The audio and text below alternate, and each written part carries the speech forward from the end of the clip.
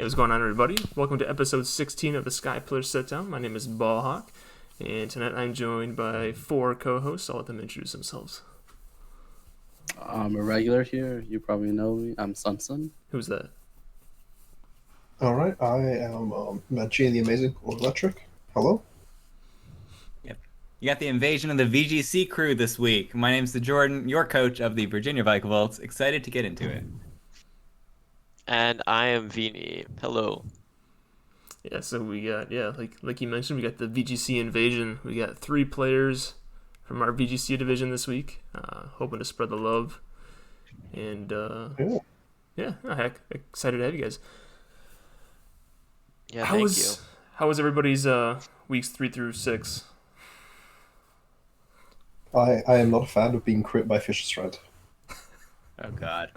Who is? I mean, most people are generally not a fan of just being hit by it, but being crit by it out of a game 1 is very sad.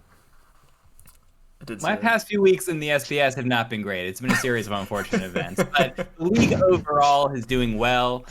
So like my ambitions went from like, oh, I'm so good, I'm gonna win all the weeks, to like, let's just try to make the playoffs.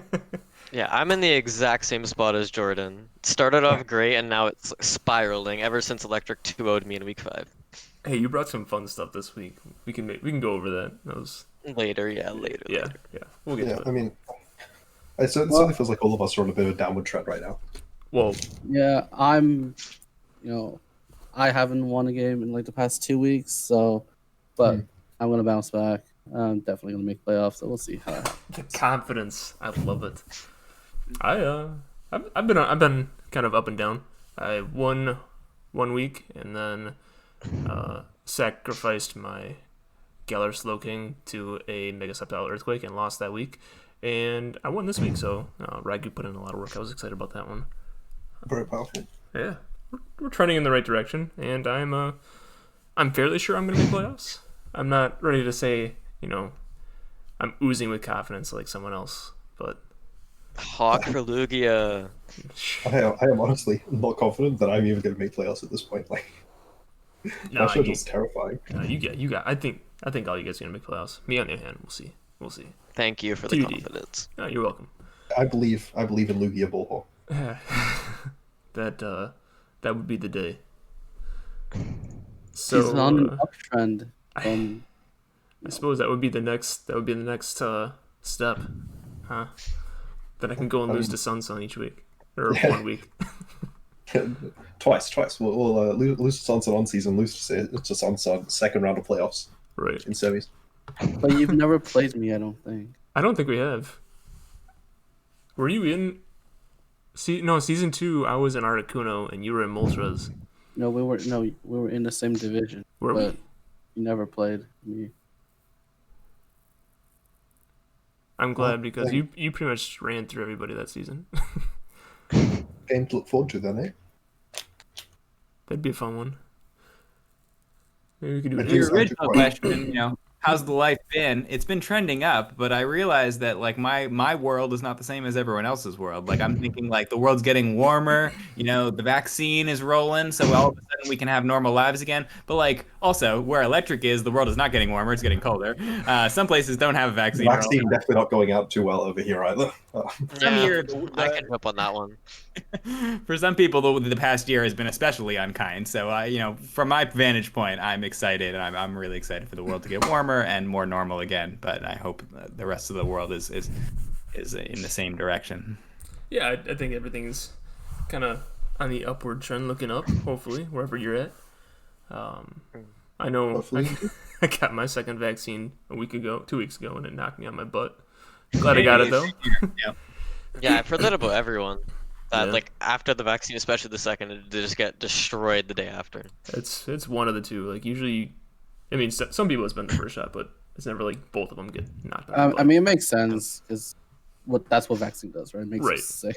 Yeah, Yep. You're getting sick, so your body learns it and is better equipped to fight it next time. Exactly. It's such a weird feeling to know that come you're to going to be it. sick and also that you're going to be fine. Because you're just like, okay, I guess this is going to happen now.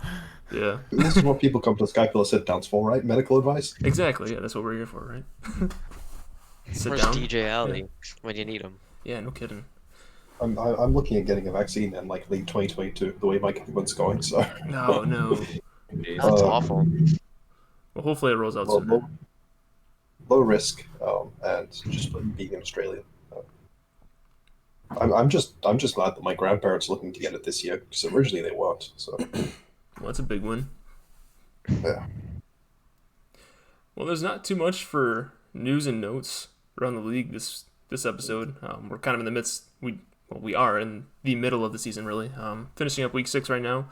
By the time you listen to this, we'll probably be about halfway through week 7 or so. Yeah, not a whole lot to update. The playoff races are starting to, the pictures are starting to form. I guess I haven't really been paying too much attention to the playoff races in the other divisions, but I know Moltres is really, like, nothing's decided, like, for sure yet. Yeah, I think that we had a drop in VGC, and Fat Rat took over for was it? Oh, I yeah. think who it was. James. That's right, yeah. James James Z took her, step down. That's right. Yeah, I think that's. I didn't notice any drops in other divs. Was the last, Um, was Lynn, No, just Article. Lynn was Zapdos, yeah. did that happen before last episode? I don't I'm know. Well, not I don't sure. think so. I think it happened before last episode went up, but I think it might have happened after last episode was recorded. So we had Alex drop, and he got replaced with Lynn, I believe. Article also had a drop, and then Lugia had a ejection. Oh my! Special case. Yes. Yeah. So other than that, I've though, never been in the position to like pick up a team halfway through. I do respect the people who do it though, because it keeps the league running. But yeah, I think Fat Rat improved James's team. I think he took the best stuff and kept it, and then brought in some better stuff like Gigalith and Sand stuff. So I'm going against that next week. So Yeah. Well, against I it. He think made some great lost changes. his last 2 games, so dude, picking up a team halfway through the season is so hard in general. Like, trying to take somebody else's draft and make it your own. Like, I remember in SBT, I think it was, I took over in my first thing with like 2 weeks to go, and I decided that like there was like nothing left on the board, so I picked up like Mega Camelot to Porygon 2, and both games my Camelot got crit when it would have won. It was very sad. oh no. Sadness. But I was gonna add something onto the rap point. So Oh, yeah. I know he worked with James to like help make his team. So like he was already kind of comfortable with the team, and he already had changes in mind. And like I know I helped him, and we immediately were like, Gigalith looks amazing on this team. So it sucks that he hasn't won a game yet with the new team, but I think he can pick it up. Oh, that's kind of like Yeah, the best I'm case sure he scenario, can. actually. He's got a few weeks left. Yeah. I need his first win to be next week because I need to snap this losing streak. Yeah. Oh, I'm I in a didn't see league-wide losing streak too, so I need to snap it. I really need to recover in week 7 after my week 6 game. I believe you guys. You got this. It's fine. I'm just playing against the number 1 in the rankings, Well, I mean, you're like number 2, number 3, right? You're number 2. After I lost, I think it hasn't been updated yet, but I think I dropped to number 6. Okay. But you're playing Lemuro next week? Yeah, I'm playing Lemuro. It's terrifying. Ooh, Do you want some help? Good. I 2-0'd him. Leagues. that'll be a big Very game. bad. So Lemuro. I got a bad matchup as well. Maybe we This can is get very maybe take a peek at that one later on in the episode. We'll see. Mm-hmm. I think next up. It's cool. I'm really enjoying my season here so far. There's a lot of interesting teams. A lot of like this is my second VGC league, and I'm doing okay. I really did not branch out particularly much from my playstyle the previous season, though I think I got like more like I picked up in the other season I played in. But it's very interesting to see a lot of the different ways that people are adapting, because the other league I played was in Series 8 with all the Ubers. Just seeing different teams is interesting. Right. How do you like There's the one- changes between the different series? Well,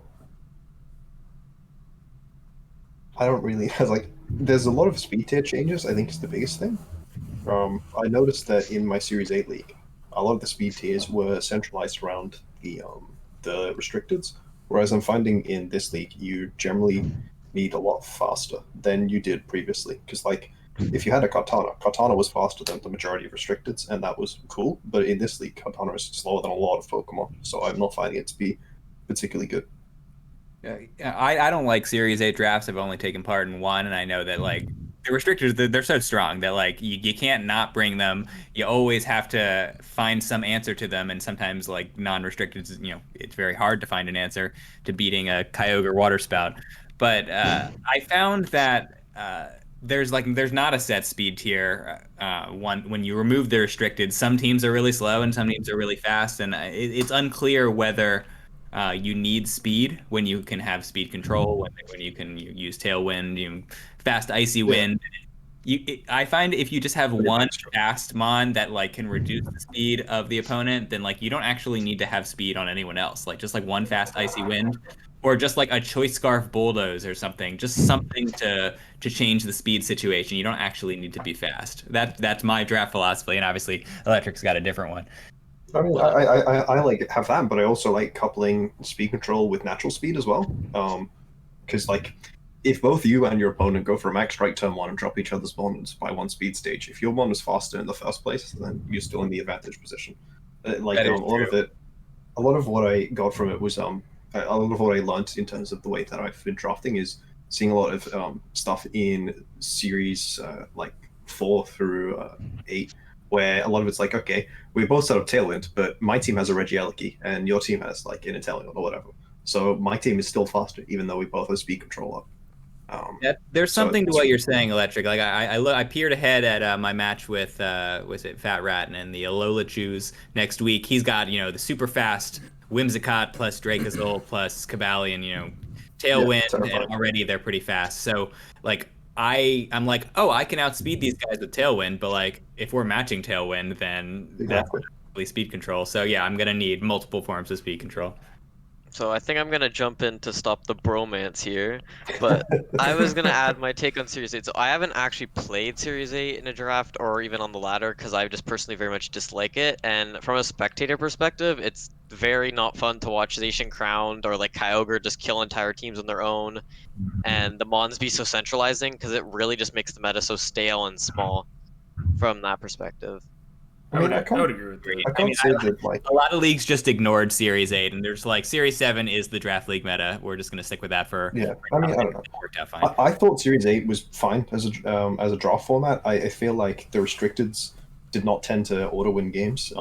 I mean, I had Necrozma Duskmane and then Solglare. I traded them partway through the thing. Obviously, they have similar defensive profiles, but that's because I really didn't have that many tricks to work with. But I felt like I never really was in a position where I was like, oh, I auto-lose because my opponent has a Zacian. Generally, it was more the teams that they had around them. That was really the question. So it was like, it was a different mentality, but it was a question of how you're trying to support the mods that you're going for. And I mean, I think my kill leader wound up being Spectre, not Solglare, but...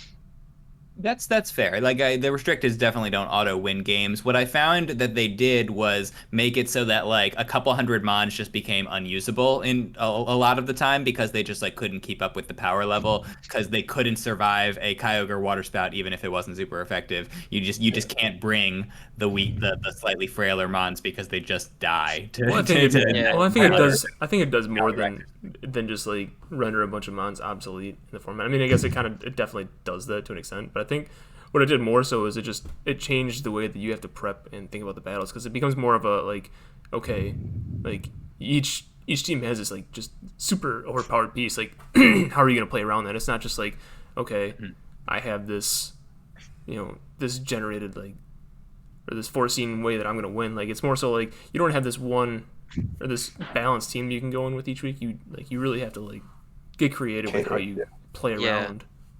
It forms like a whole meta around it, like how in Uber's like unaware mons like Quagsire or Clefable are all like so much better than they are in other formats purely just because the mons in like the upper formats are so strong and they're specifically there to counter them. Right. Those mons, they just centralize everything, and that's what I found was the problem with it. But it's definitely more entertaining than past formats with when it was like Gen 7 with the restricteds. I hated watching that. You go and watch Chalk each and every game. Yeah, well, I mean, Chalk was definitely not a thing in Gen 7 as much. But like Gen 7, I liked what they did with Gen 7 because that was the first thing where they released like effectively what the series we had, because you had Sun Series, Moon Series, and Ultra Series. And in Sun Series, you sure you had restricteds, but you didn't have any Z moves or Megas or Ultra Necrozma or Primals. And then in Moon, they brought back Z moves except for Ultra Necrozma. And then in Ultra, they brought back everything. And I thought that was a very interesting way. I really enjoyed playing that format, actually. It was my first big like main VGC format I focused on a lot. I did as well. Like that first series in Gen 7 VGC, that's what kind of brought me into VGC a little bit, where it was just like, it was just you, and there were no like special gimmicks like Z moves. Like there was a thing like stupid like that they had to be aware of. Like you didn't know where it was or when it was coming. Like it was just the basic items that they saw. I don't think Z moves are particularly overwhelming in VGC, mostly just because they can only target one slot. Well, right. But like I was really big on the fact that they got rid of like the primals and the megas and stuff, because I mean they were incredibly over centralizing and unfun in Gen 6 and 7 standard formats, let alone the restricted formats when you're adding in like Mega Rayquaza and the primals. That's a completely different thing. The primals are definitely on like a whole different power level, just because their weather abilities are. You can completely render a fire move, like just like it doesn't do anything to your entire side, like just because of torrential downpour, or like the opposite for water moves. Like that's too strong. Like I said, literally no counterplay to that. The only counterplay like having flying types. Well, you have counterplay. It's called having your own one. Yeah, right. Exactly. If you can't beat him, amazing. That's great. You have a gun. The other guy has a gun. Just shoot first, or actually shoot second in the weather. I mean, you saw teams that didn't use them, but that's because those teams generally relied heavily on like your Xerneas or your Veltals, more so than they did on the like your Ultra Cosmo teams as well. But it's like, how do we defeat them? Either we have very cogent defensive answers to them, or we have very cogent offensive answers to them. But I do think Kyogre is more so an exception to the rule for how most restricteds play in draft and standard. Than most of them, because most of them do not have a broken spread move that could like Oko most teams. Though I don't think it's actually particularly good in draft, or at least it's not been in my experience. Kyogre seems to be very easy to play against. You just have to play against it. You're lucky enough to have the right mons. I feel like some mons just like die. Well, but I mean, ultimately, it's a question of like, if it's clicking Water Spout, then how do you stop it doing that? You click Fake Out and you hit it with another mon, and then they've just like lost their restricted. See, I think it's cool to hear about VGC history, because I didn't do any competitive Pokemon until the pandemic. The WBE League with all the YouTubers, that's what taught me that competitive Pokemon was a thing. I only started doing draft leagues this year, so like I have no idea what competitive Pokemon is like without Dynamax. Like I'm sure it'll be fine, but I'm excited to see it change when the format changes. I think I just really don't want to see Megas come back. They were so unhealthy in VGC. Well, I think the same could be. I'm kind of torn. Like I thought Z moves were okay, but I feel like Dynamax is kind of the same way. Like I don't know. I feel like it's just so overpowering. Yeah, I mean, I think Z moves were never particularly incredible. They just like win more things. Like you had good Pokemon that got better because of it, and sometimes you had bad Pokemon that got access to like a coverage move because they got a Z ground off of Dig or like Fisher or something. Mm-hmm. But generally they just like made good Pokemon better, and then most of the Megas that were good were just like most of the good Megas in VGC, because VGC doesn't have the whole like tier format you do on Smogon, were just Salamence, which has already got like a strong Intimidate or whatever. Now it's a Mega Salamence, and it's got like spread Hyper Voice that's Aerolate, and it's just completely insane and ridiculous. Or it's a Metagross, which was already an amazing Pokemon, had already won Worlds, and now it's even better, and like you have to run like a Z Fisher Gastrodon to have any chance of having counterplay to it. Like super aggressive. Does not need any help. I don't know if there's a hot take or not, but I think it is the number one Pokemon in the VGC Series 7 Draft League meta. I don't know if I would say it's number one. But it's very scary to play against, and even in non-max formats, it's very good. Okay, so I'm gonna kind of channel this, and we're just gonna roll with this. What is your favorite combo that you've used, seen, or wanted to try in VGC? It doesn't have to be draft. It could just be like in general trying to play it on the ladder and just having fun with it. Vini, go. Go. Okay, actually, I'll start. I'll let you guys. I'll give you guys a moment to think. Well, I already know. As in, like, fun combination for VGC. the electric core. It's Regieleki and Tapu Koko because they're so strong with electric terrain and Regieleki already getting like a boost to electric attacks. Then you add a magnet, and then you add choice specs. Then you give it Electro Ball, and then it basically ignores type matchups. Like Regieleki is so strong with terrain and all of its other boosts that it just like OHKOs Regirock just for no reason. Let me ask you this. Would you rather have Regieleki in that combo or Raichu Alola in that combo? Because then Regieleki. Because you're not stopped by ground, then you just rattle off a surf move. I've never even tried Alolan Raichu. I have no idea what it does. It's got like Grass Knot, Surf, Focus Blast, Psychic. You know. Last gen, I had an IRL friend in the VGC area in my area who basically was obsessed with Alolan Raichu. So he would run like Coco Alolan Raichu. He'd run with like Lunala with Fling Berry and Weakness Policy, and like constantly like his things would always plan around using Alolan Raichu because obviously it's got Fake Out as well. So it's like it was just a very predictable kind of mod to run into. So we used it as a support mon rather than like when people just auto to put it to like Surge Surfer Fast mon. Well, I mean, you used it as Surge Surfer because it's the fastest Fake Out in the format, and that's it's the fastest like Fling into your Lunala. It's got Fake Out so that Lunala can set up Tailwind, etc. That's a cool combo. It is. Yeah, I mean, obviously support restricteds aren't a thing in Series 8 because you only get one restricted, whereas in last gen and previous gens, obviously not Gen 5 because it didn't have a restricted format, but you would generally have like support restricted whose job was like defensively check stuff, but instead of just being like your offensive win condition. What are some examples of like a supportive restricted? Well, I mean, like Lunala or Zekrom or Reshiram with Tailwind was a very big one. Just like having speed control sort of ones as well was a big thing.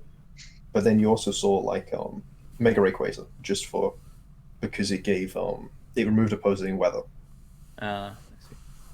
Yeah, how many mons got Tailwind last generation? I think Game Freak probably did the right thing, saying, "Hey, maybe not every flying type should have Tailwind." Every single generation, except for like Gen 8, that's had a VGC format, has had move tutors, and Tailwind's always been a move tutor, which is generally introduced like halfway through a gen when they have like your Platinum, your Black 2, White 2, your Ultra Sun, Ultra Moon, your ORS. But we never had that in this gen, so we never had like, man, halfway through the season, now everything gets Tailwind. Maybe we'll get there with the third DLC.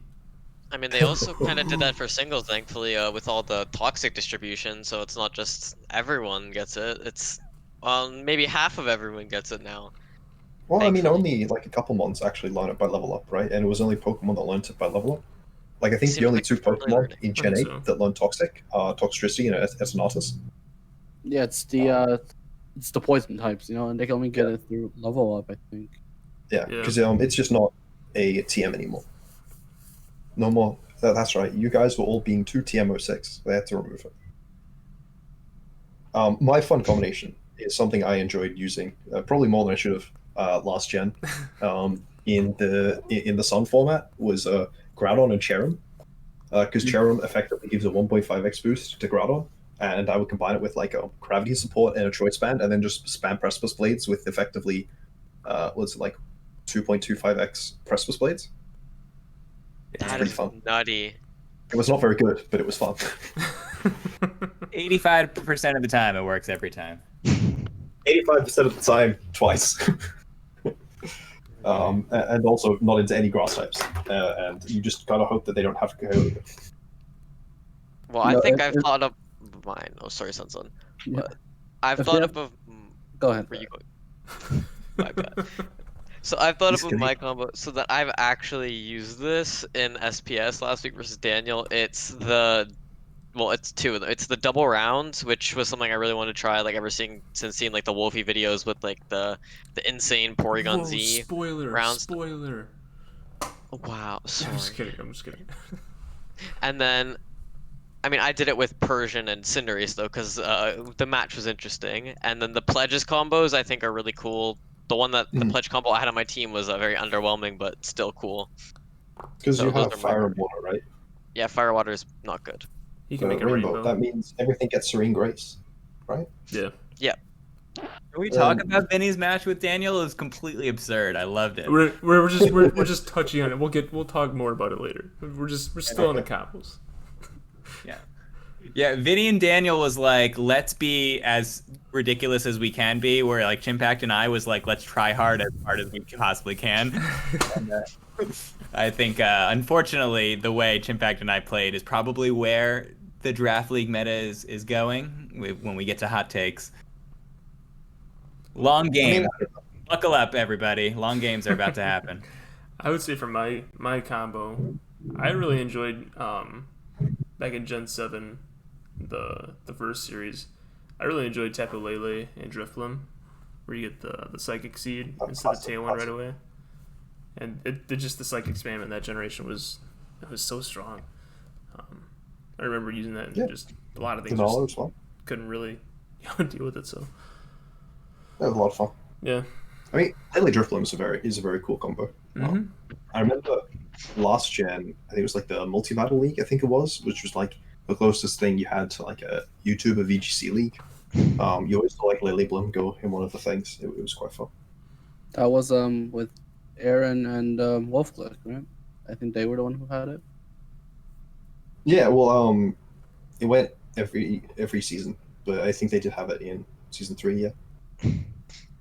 Multi-Battle League was very cool. I remember watching it. But yeah, Drifblim overall is a really cool mon with terrain, any of the terrains. But I think that Flare Boost is something that is obviously bad, but it'd be fun to see used more. It'd be fun to see it on a Pokemon that has a decent special attack stat. Wolfie used Flare Boost in WB, didn't he? Yeah, but it was like 1 week. My point being is not a great set.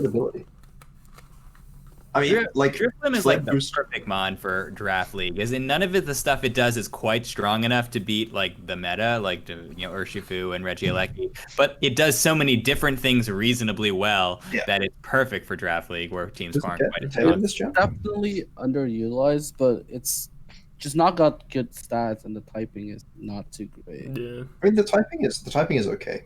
One Pokemon I'd really like to see released this gen is Oricorio, because I think it would be quite fun. Right. I really like the fact that it's like a ghost flying that's actually pretty strong. Yeah. Does Drifblim get like roleplay or entrainment or something like that, or where it can like? I don't think it does. Well, it's got strength tap, I guess. It's got strength tap. Well, I'm wondering if I could like put a Flame Orb on like something just stupidly strong with a high special attack set, and then skill swap. Just you can do. Does it have speed swap? It does learn skill swap. It does not learn roleplay and trainer, but it does learn skill swap. Okay, so we could use Drifblim, Flare Boost, along with a. So we'll go with it. You could just go Tapu Koko, I guess, or Tapu Lele, right? If someone in VGC wants to pick up Drifblim and try this stuff for the next podcast, we would be down. Check it out. Let us know. Is Drifblim available right now? Yep, undrafted. I checked. Huh. Someone pick up Drifblim. This is trade deadline is tomorrow. Well, at the time we're recording this, it's tomorrow at midnight. So, unoptimal. So we'll have to drop a hint in the chat there. But all right. So that's favorite combo. Let's see here. What do you prefer more, or what do you enjoy more, VGC or singles?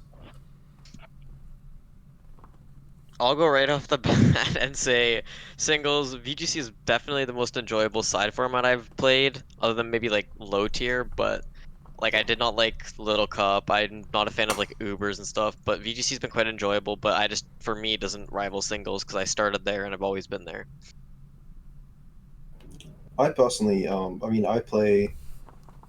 I feel like I've only been playing a little bit of VGC, so like I just like started drafting for like my third actual VGC league, so I can't say that it will necessarily thing, but like in terms of like, and actually playing a format in tournament, I much preferred VGC to singles, and then in terms of like, I'm really enjoying VGC draft right now, so I probably will say that I prefer that, but I've played a lot more singles draft. Never even played singles, so I have no idea. I mean, I've been playing like competitive board games. I jumped from 1 to 1 for like a decade now, and VGC is just the latest one. But that's all I know in terms of competitive Pokemon. It's beautiful chaos. Some days I hate it. Most days I love it. I would say that I don't know. Like I love I think VGC it's just a different kind of cerebral. Like it's definitely more like I think it's more like I mean, yeah. it's I a think it's a marathon, not a sprint. More like I think singles is more like I compare singles more to like a sprint, whereas VGC is more like the distance races in track and field. Where like yeah, I mean, I think that there's so much more. It's so much more fun to prep for VGC. Um, and I generally find prep to be like the most enjoyable part of playing it. Prepping for VGC means you have to really take into mind a lot of combinations, which is I think really cool and really interesting versus how you like prep for singles. It's like okay, you only have one mod in front of me. You can only do one thing. yeah, If you're against a good team and a good coach, I feel like safe prep is almost impossible in VGC. There's just so many possible things that can happen from turn one into multiple turns. It's just like at some point you're like, I need to stop analyzing scenarios and just click a button. And that's where like I think it's definitely interesting because like game one is never like you have to win this or you lose the game like singles is. It's not like there's only one chance to win the week. Like game one is usually like if you can win it, it's great, but for the most part, it's used as just like a data gathering to help you get into a better position for games 2 and 3. Yeah, I find a lot of times, like from my experience, it's a lot of watching a lot of other people who win or people who lose game one oftentimes like win the whole series, and I found that experience for myself because when you lose, you have the most, or you find that you have the most to grow on for the next game, and you're looking for every like all bit of information to prepare for the second game, and oftentimes it just reverses back into a win for the person who lost. Yeah. Yeah, I mean, a lot of the stuff, especially if you're like losing to like techs and stuff you didn't expect or know about in the first game, you can really adapt. I also think that like, in terms of like the best of 3 format, and the 44 makes it really interesting in terms of the decision making you have to do and how you can adapt between games, which is just not something that you ever get the chance to do in singles. Mm-hmm. What about you, Sunny? Well, I don't really have any VGC experience or doubles experience for that matter, so I don't really think I can answer that at So what all. you're telling me is you're signing up for VGC next season. Sunny for VGC. Yeah, if I don't win this season, I'll be running VGC with Hacker Killer. Maybe I'll join you guys down there, and then we can finally play, and I'll lose to you. We're gonna hold them accountable to that. We have to see Sun VGC. This is what we need to see. VG Sunny. We'll see. Very We'll see. All I'll right. definitely need a lot of help with those games. All right. Let's see here. You got a VGC related question, Sunny? No, not really. We can All right. probably jump into the games. All right, let's do it. Well, actually, let's get a quick sneak peek at the Pick'ems leaderboard. You got You're looking me. to gloat here. Yeah, a little bit of humble gloating. I want to see how I performed because I've just always put the left slot I guess- for every game that's not my own. I guess I'll so just share my screen. Why not? That might be the best way to do it, huh? I just opened up the top. Let's I see. only remember the top 3, which is Hawk, then myself, and Jolt tied in second and third. So. I'm 15th. So yeah, a little I bit am of 49.2%. humble brag. Nobody knows your server like the owner, right?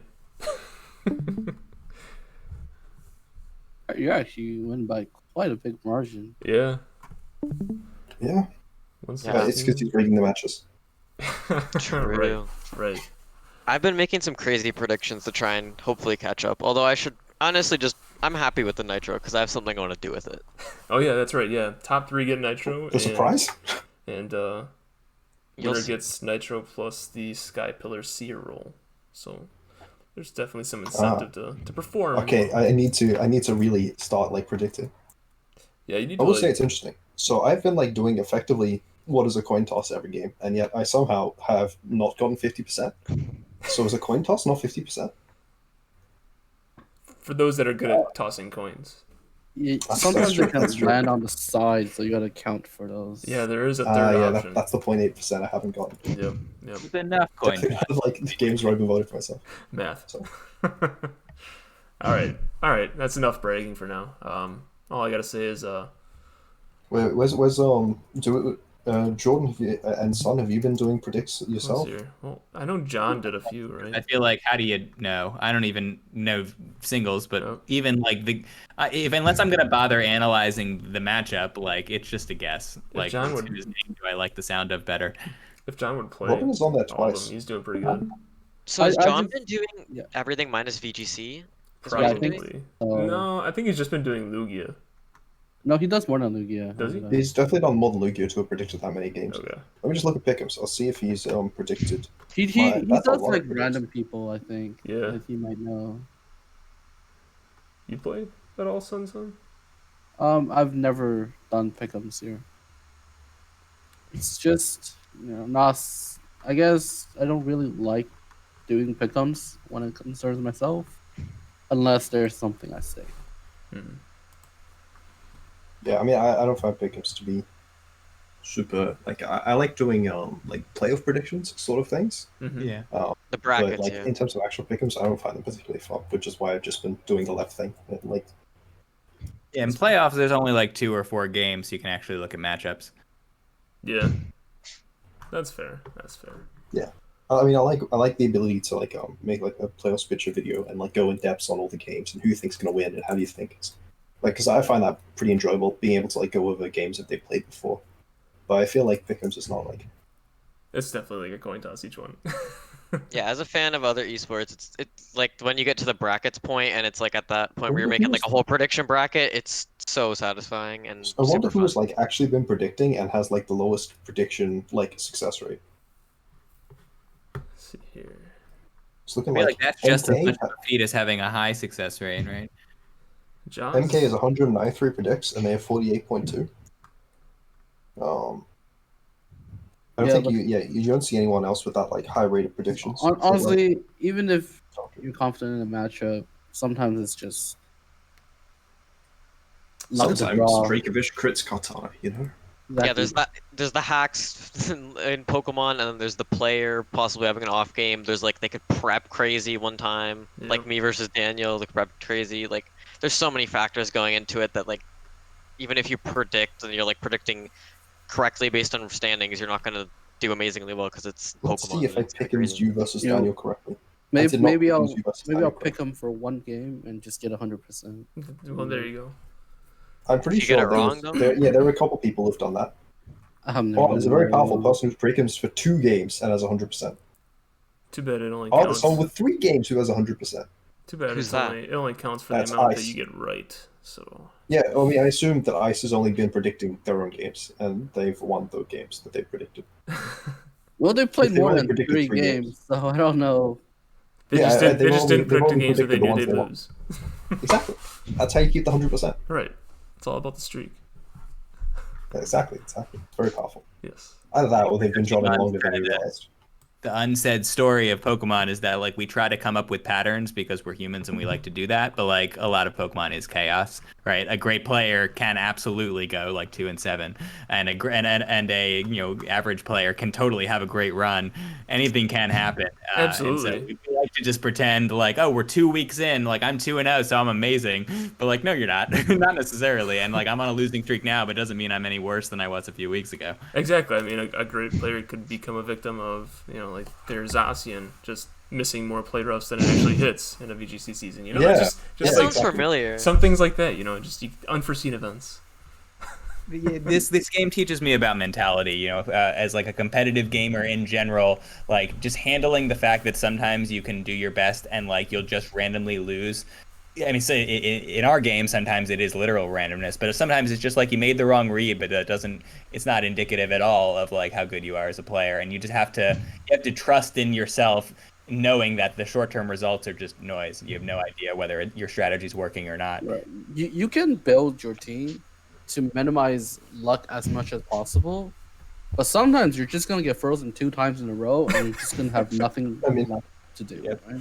There's also the thing, yeah. like, you could run Flamethrower over Fire Blast, but if Flamethrower never gets the KO, and Fire Blast gets the KO 85% of the time, I mean, it's still technically better. Or no, True. Flamethrower gets it if it crits, right? Like you can run Scope Lens Snipe Shot with the 50% crit chance, and then you just click every move and not get a single crit, even though you clicked it like 5 times. You know, It's a coin flip. it happens. And still You went can get 2-0. rock slide flinched when you get rock slide flinched when you go for focus They say energy. it's like 50%, but like, sometimes it's just not. That's just not how. That's how probability out. works. Because like sometimes the there's 0 coin or just lands 100. on its side, right? You know, I mean, like, we come there's a full circle. 50% chance that I hit Stone Edge. You know, it hits or it doesn't. Yeah. Two Yeah, I outcomes. think it's probably an uncomfortable truth that in VGC you could probably win slightly more games than you lose by just spamming like Sing and Lovely Kiss and just like random. Electric Majority Jinx. of the time, The shut down your. rule of thumb in VGC is that when you're over 70% consistency, then you are succeeding at tournament. I think it's like 72% is the rate where if 72% of the time it does this, then you're winning that tournament. That is like the rule of thumb that I taught and that I was taught and that I learned when I was starting to learn VGC back in 2018. So that's what I've gone off of, and that's why Smeagol ran Lovely Kiss a lot last gen, because it was over 70% accurate, which means that in the best of 3 in a tournament, that's consistent enough to get you 0-2, question mark and 2 onto the next round into playoffs. So that's why I've always been a big fan of Lovely Kiss. I mean, like Smeagol legitimately ran it as its sleep move of choice after it lost off. Interesting. Because otherwise goggles and grass types exist, and being able to like sleep a Crobat so that it can't like taunt you the next turn when it's picking Tailwind up is like pretty solid. Yeah. The only game that's even comparable in my game playing history to just like the insane amounts of variance is poker. Oh no! The World Series of Poker, absolutely anyone can go on an insane run of getting the right calls and win the millions, and that's nice. It's a good story. Yeah. Yeah, poker's Slumdog Millionaire. that's what's it definitely called? a different game. Do you want to be a millionaire? Very high variance game. You want to play a game where the better player always wins? Play chess. Yep. SPS Poker Night win. If you want to play a game where the better player always wins, except for if they are playing black, play chess. Yes. Even chess has an advantage. Yeah. Well, let's hop into the Sky Player Spice candidates, right? Let's I'm just looking at the first one on my screen right now. We're gonna Oh wait, take a dive into Isn't the, Zapdos. isn't the rule of chess the best player always ties?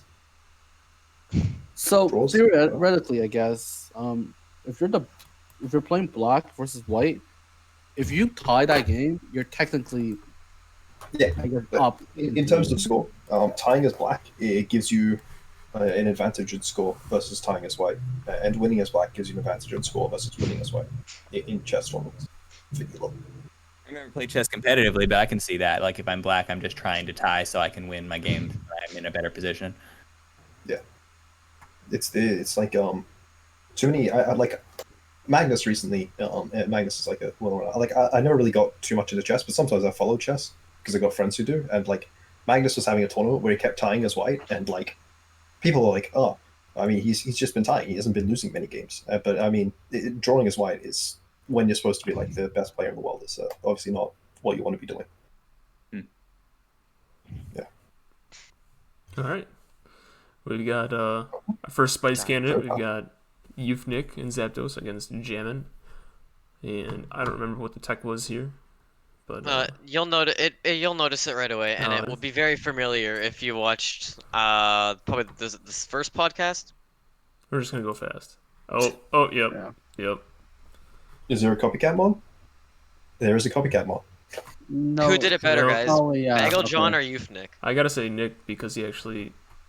Oh well, Well, we'll see. we'll see. I I reserve think my Envy opinion. did it better, but sure. Oh, gets the poison first time. Gets the poison first time. I am so sick of the move triple axle because I keep clicking it, getting one hit or not hitting at all, even when I'm wide lens, and then my opponents always get 3 hits. Sometimes I even crit one of them.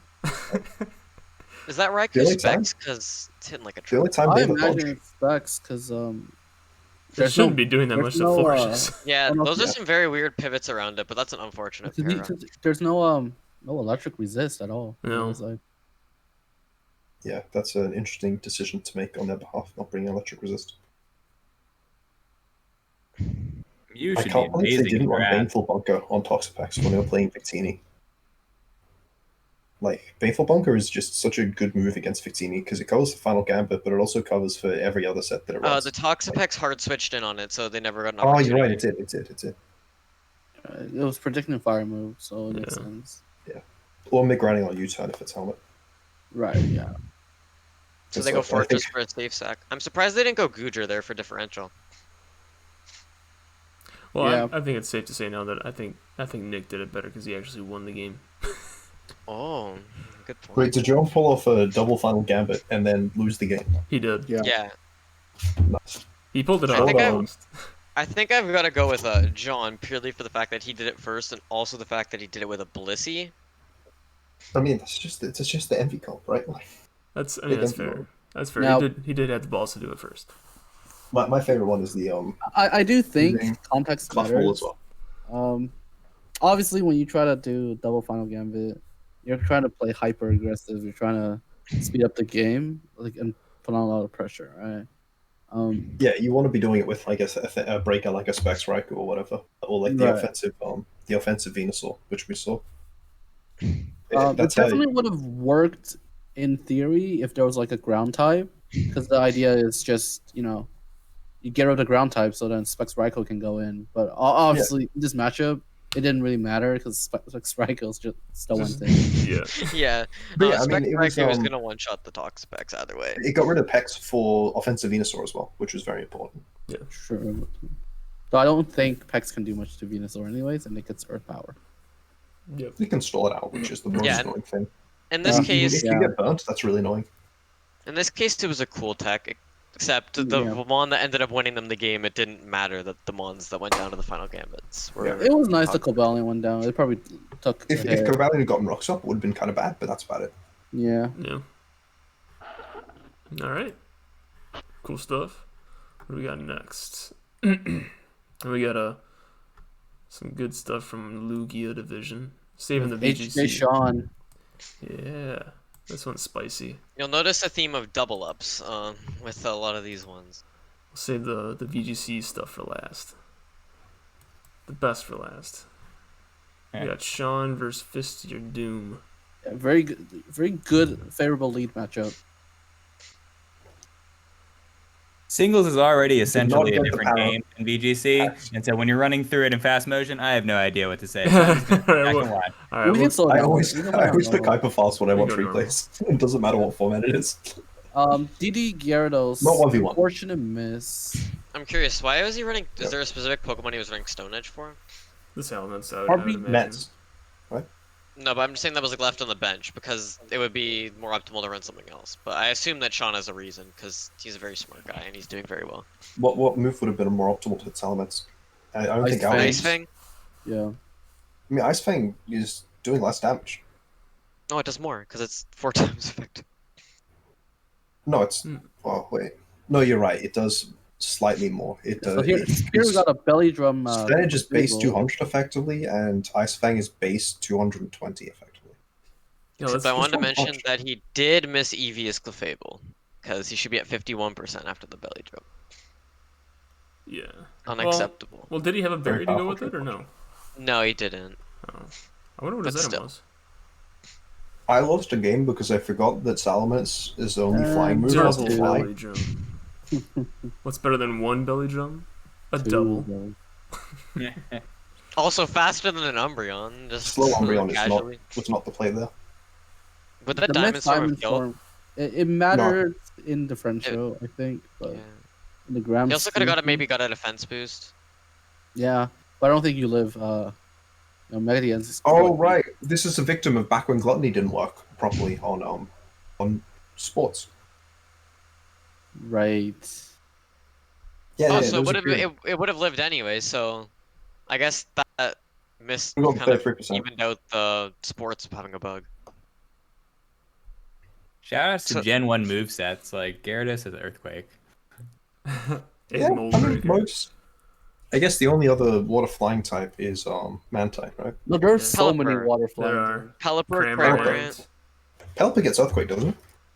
Oh, you're saying the ones that get earthquake? No, I don't think Mantine gets Earthquake. Just I Pelipper don't. No, gets I know. Earthquake? Mantine I know does that get they get earthquake. gunk shot though. The Pelipper Oh, with they the all gunk get Mantine gunk gets shot. earthquake. That makes no sense, but it does. Pelipper does not get Gunk Shot. Sorry, does not get Earthquake. It does get Gunk Mantine? Shot. They all get Gunk Shot Yeah, except for Gyarados. Mantine gets earthquake. Trust me on this. I think it happened. Mantine gets I Earthquake? can actually see Yeah, that it though. does. 'Cause it's It like does. It's not a Gen 1 moveset problem. Every water flying type should get Earthquake. But That's it's a just because Gen 2 is though. the one too. with all the crazy TMs. Yo, It we're has gonna rock blast too. It has random moves like I want to Seed Bomb. see. I want to see a banded Mantine that's running Earthquake, Flip Turn, and Rock Blast. All of you and- to assume it gets flip turn. It doesn't get flipped It out. doesn't. Oh, I thought it did. No. I was using it in RU before. If only it got flip turn, Ooh. it That wouldn't be. been very much. It wouldn't be Bad. bad. No, it It would actually be be really decent. good. Yeah. Yeah. Very specially bulky. Why was there no Mega Mantine with a secondary Dark typing? Oh. I ask you this game. They Freak. missed an opportunity. All right. Oh wait, no. I guess it would have been a bit too dark. Oh, to not do it VGC on yet. Evo. Not VGC. Not VGC yet. We have to watch Bowser versus Wombat. We have to watch a Wombat. There wasn't much cool tech, but it's just an interesting game. There in my was- opinion. There was one. Wait, An there was one interesting more in one. Zapdos, I think. All right. Wasn't Well, there? people who know singles, you'll have to point out like a key play that I can actually try to Okay. understand. I'll Um, try and do that for you. So you I don't see, know. they I don't brought remember Licky if Licky. Kyle actually can show his game, but you know, Kyle gets in there. Where's the Maybe Licky Licky copy pasta? Kyle. Yeah. It's Sean's week this time. You think we should show it? Nah. Wait, Well, give we me a can second show to read out this- the we don't have to show Licky Kyle. Licky copy pasta. I can't find it. Oh no. You can play this right now. All right. So we got Bowser and Wombat and Articuno division. I don't remember what the Oh, spice was. okay, that's why. So you notice that Scarf Zapdos right off the bat clicking U-turn versus the Noivern. And the Yep. Noivern gets slow momentum, which is something you don't often see. Rillaboom comes in, which it's Brings a in Weezing, yeah. seed, actually. Yeah, that's a great bait, because Weezing's a very good counter into Rillaboom, except this Subseed set, Oh. so good to it. Sub is underexplored in VGC. I think it should be good against Dynamax. What is sorry? Substitute. You can just Yeah, stall yeah, out sub. Dynamax. Yeah. I mean, I think you saw a lot of it Oh. in Series 8. Like, especially you saw it on. Basically So, Zacian Heligo only, and Sword but I and feel like Zacian? so many other mons should be able to take advantage of it besides. Yeah, absolutely. I mean, I liked seeing when we saw like occasionally steal up a lot of Nihiligos running sub in Series 7, Series 8. I thought it was very interesting. But then the I never Zapdos know should about click that, U-turn yeah. here, and let's see if he clicks Sub again. That's my question, because if he clicks Or if Sub he again, clicks that's a great Leech, play. I would, yeah. That's just a good Leech play that. too. Yeah, either play was good. That was Yep. a good play. This is like one way Rillaboom can beat G Weezing, because you just sub-C stall, you even knock. You can't even recover with your grassy terrain because it's floating. How else does it? How else does it beat it? Like I guess. I mean, I don't think it even Facade. beats it with High hyper. horsepower Oh, if it's like gas or whatever. But I mean, like, right, but it's you're- never going to be gas against. Yeah. So for Jordan, that's a meaningful term because the Licky is now getting chipped, and we'll see what that sets up for late game. Because the Licky is Yeah. a mon that's stopping a lot of the special attackers. Because I he has think 5 they special like attackers. wall. It's really. I mean, it's just ultimately this, annoying his entire team. how much PP does the Rilla have right now? Let's see here. It's got a full bladder. Yeah, so it's down to 12 leeches and 11 subs. So there's 12 definitely leeches is fine. You're never going to be clicking it 12 more times. No. Oh, I remember what the. Well, yeah, not if you're only This 11 protect, subs. pretty sure he was scouting for a trick.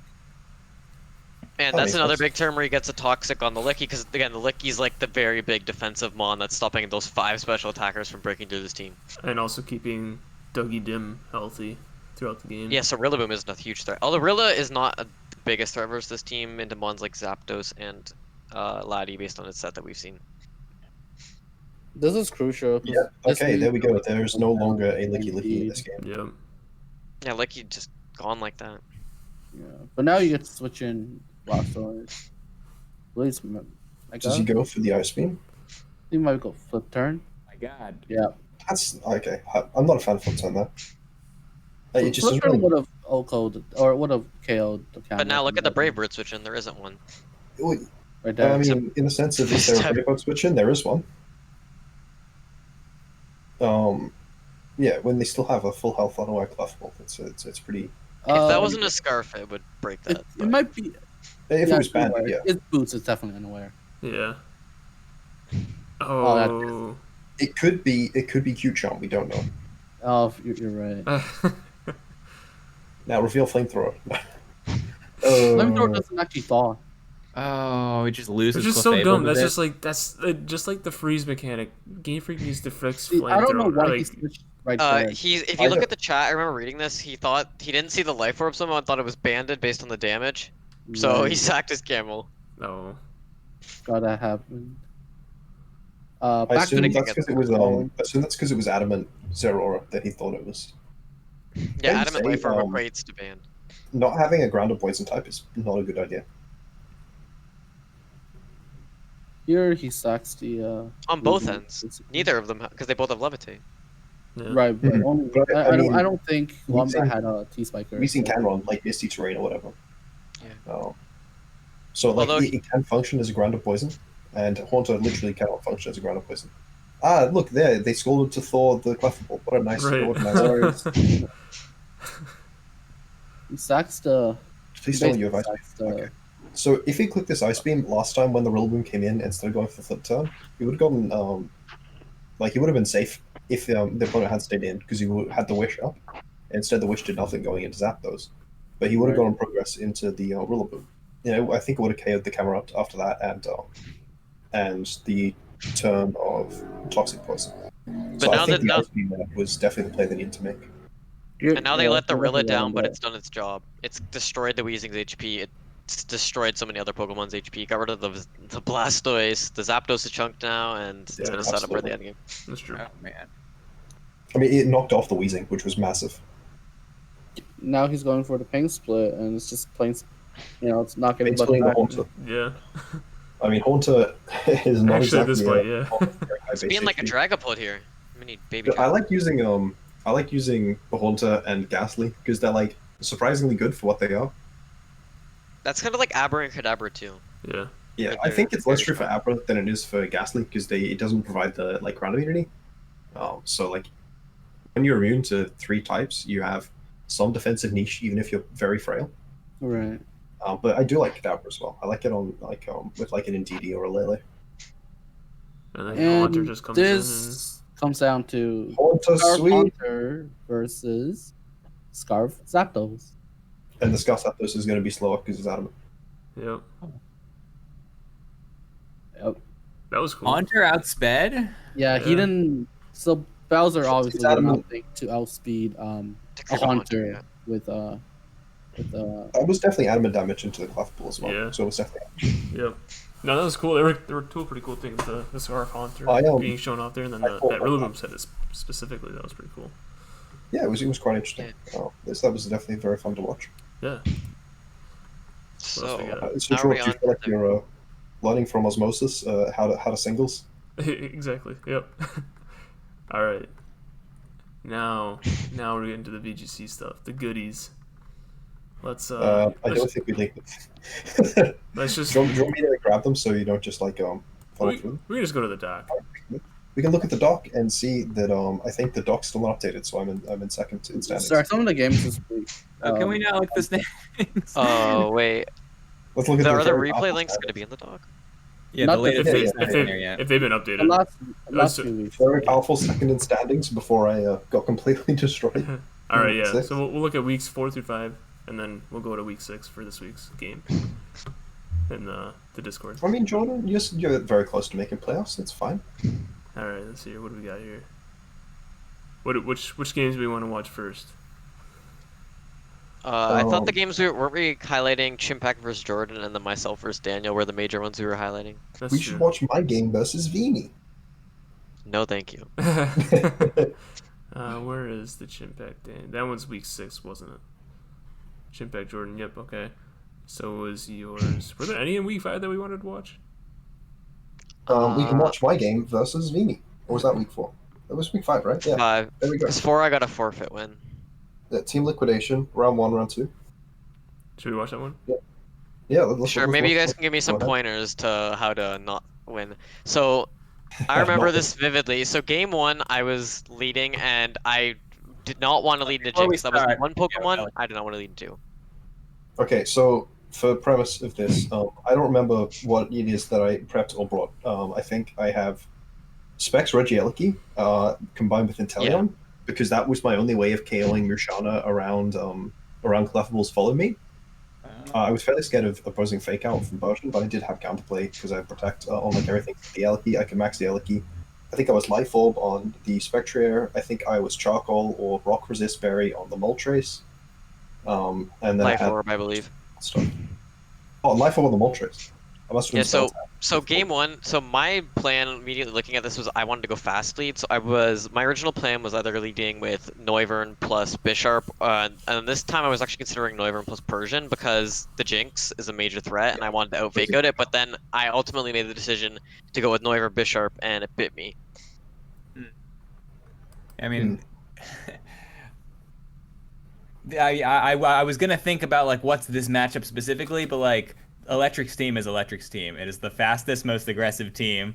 Every single team should be running Trick Room against Electric because no one is as fast as Electric. So my whole idea was that I wanted to get priority Tailwind early on. So here I switched out because the fake out into Persian, and I knew Persian was my least valuable Pokemon, so I just felt like I had to sack it there. Yeah, I think Persian in the back probably wasn't going to do very much because like once I got speed control, I was just going to max, and then Fake Out wasn't going to do much. I was surprised by how much that Throat Chop did in the game. Yeah, and then, very strong Pokemon. So does Vini get a Tailwind here? I would think so. It's Scarf on the Noivern, by the way. I didn't realize this. I thought it was thing. Yeah, I knew immediately that they were going for Max Rockfall into my. Yeah, I was considering attacking Jinx there, but I ultimately decided I didn't want to like make the really risky play. Oh no, I remember this game now. Bisharp get is like Rock Slide. Stone Edge. Okay, yeah, that was enough to kill Moltres like twice. Yeah, and then I pivot into the Clef. We have the very unnecessary Ice Beam crit because that Airstream definitely KO'd. Yeah, my Clef was not very bulky this week. It was like a offensive, right? Offensive that worked in both Trick Room and Tailwind. Yeah, it was an interesting set. And then this was the time where I found out that you were Scarf. And that was the time where I also found out that you were not Sash. Because I've been so scared of Sash initially, and so that's why I doubled at that turn. And I figured, like, worst comes to worst, you can't KO both of these mons, so either I put you to sleep again, or I still have Moltres. Ultimately, I think this game would have been a lot closer if I led Persian.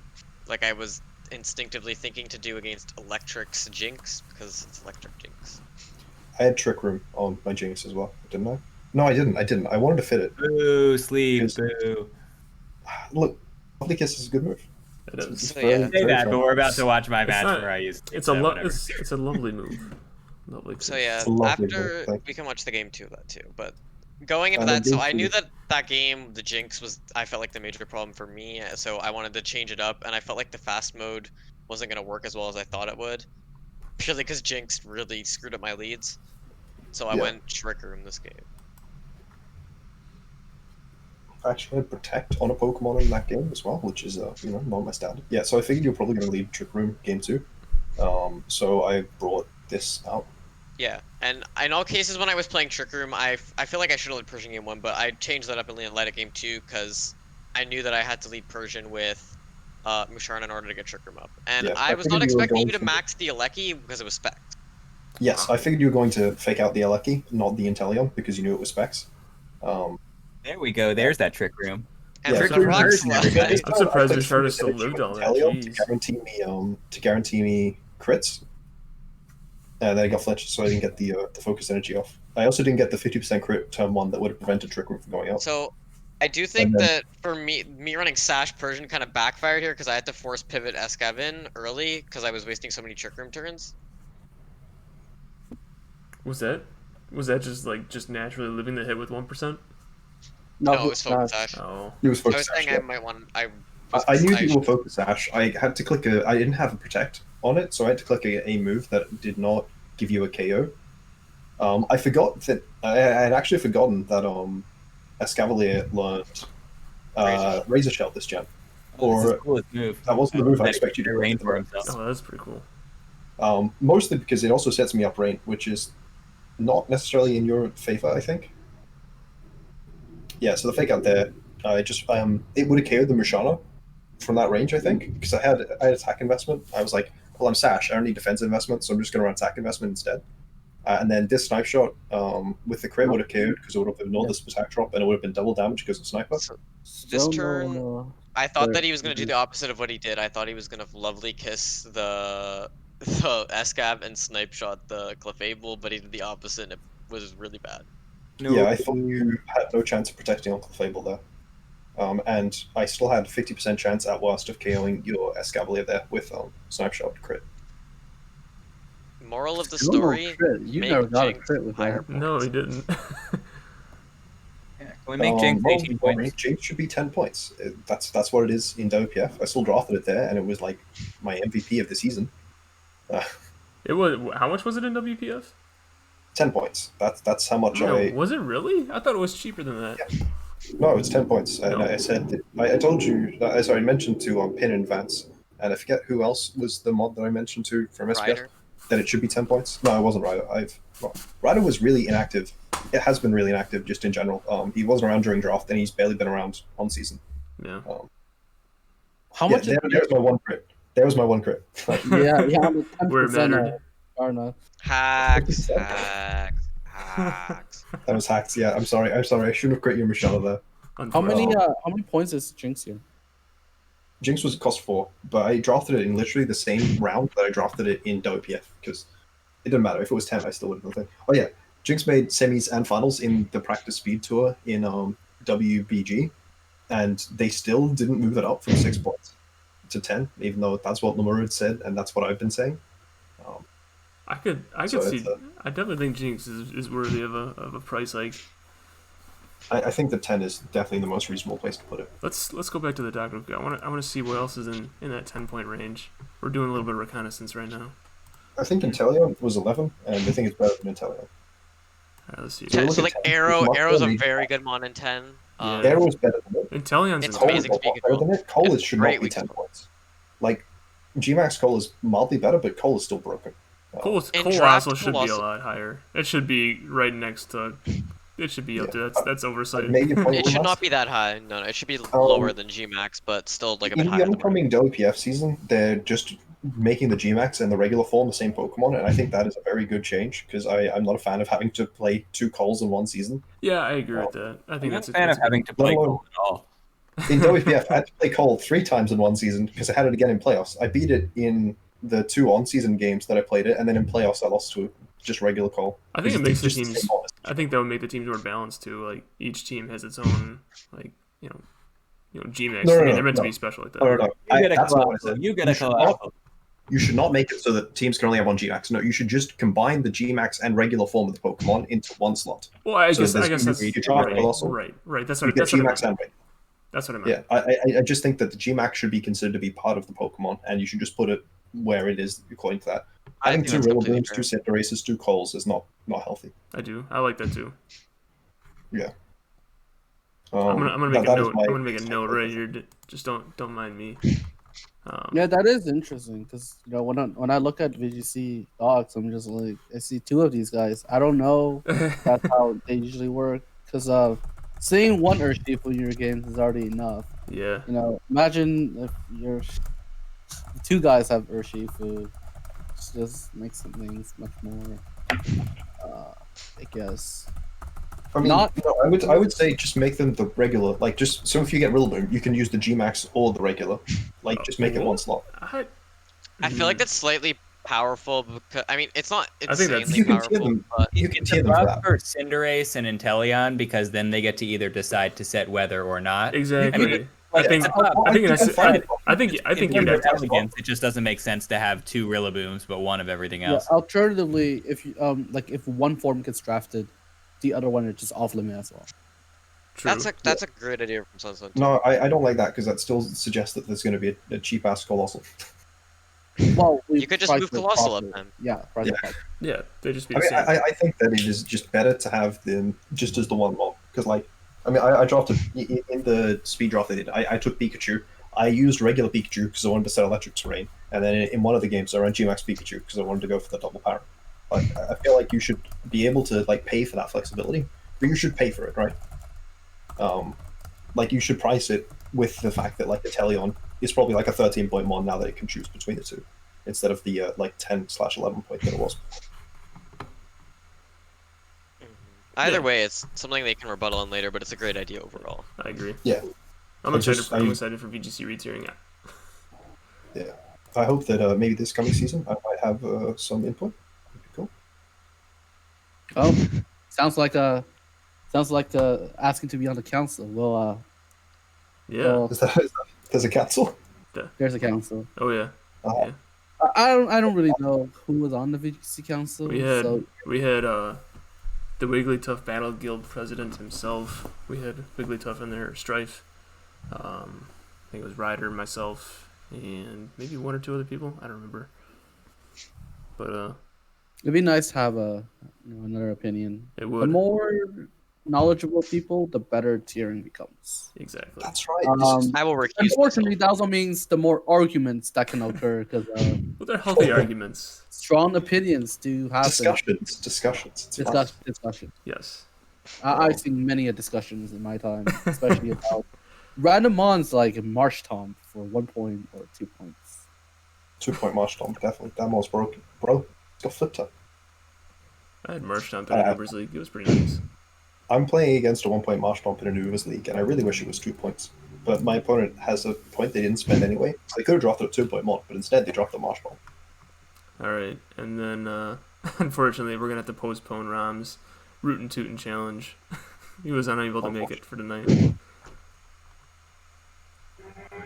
Let's see. So we have a few more replays to go through still, We right? do. Yeah, There, week some 6 weeks, replays. Week 6 replays. We got the Chimpact versus. It makes me sad that I've actually like kept up on all of these channels in the SBS server, and then the like league commissioner has not. That's my game. It's so bad. They are out of order. The Okay, The game Chimpact 1 versus first, Jordan. and then the game 2. yeah, and that then the game one's. They're hot. Here Oh, we so go. they're right Game back. one is actually like manageable. It's like a normal VGC game that's under 10 turns.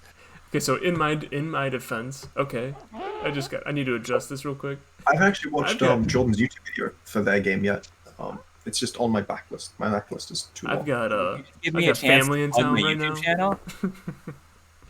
What's that, The sorry? Jordan Plays YouTube. We do analytical, educational VGC draft league content. It's a niche within a niche within a niche. It's for approximately 44 people on the whole planet. But for those people who like it, I'm trying to be like the kind of channel that I would have wanted a couple months ago as I was trying to get into draft league. Yeah, You know, like, I mean, we're making I PowerPoints up in here. stopped uploading, but I'm uploading an Ubers league, so Oh yeah, I checked out your channel recently, Electric. I'm digging it. yeah, I keep having periods where I just like I'm not in the headspace to be able to make content, and then I'll have periods where I'm back in the headspace to make content, and then that will like break out halfway through a season. Just because seasons take like several months. All right, but- context. Chimpact has the bulkiest team in the whole league. He has brought double Intimidate, double Snarl. Snarl is low-key one of the best moves in all of VGC. so good. I brought my own Snarl in Umbria. Like, I dropped Spectria literally just for fast Wisp and Snarl because it shut down opposing Dmax so well. For sure. So yeah, so we have teams that can't break through each other's teams. So like luckily, like I decided to Dynamax right out the gate here with Jesse. And so Although I was this gonna game say is a off reasonable preview, length. Rotom Wash, if it's offensive, does break quite well. Yeah, so I've got a Scarf Rotom Wash, so surprisingly it goes first, and then I just immediately get speed control. So the start of the game's looking good, right? Get the KO on Arcanine before. And then this is Meteor Beam, correct? Not Yeah, Rock Slide? If it was intimidated, it probably would have done. what it did. Yeah, and I don't think he would have won. He would have I don't think he would have DMA'd if he was.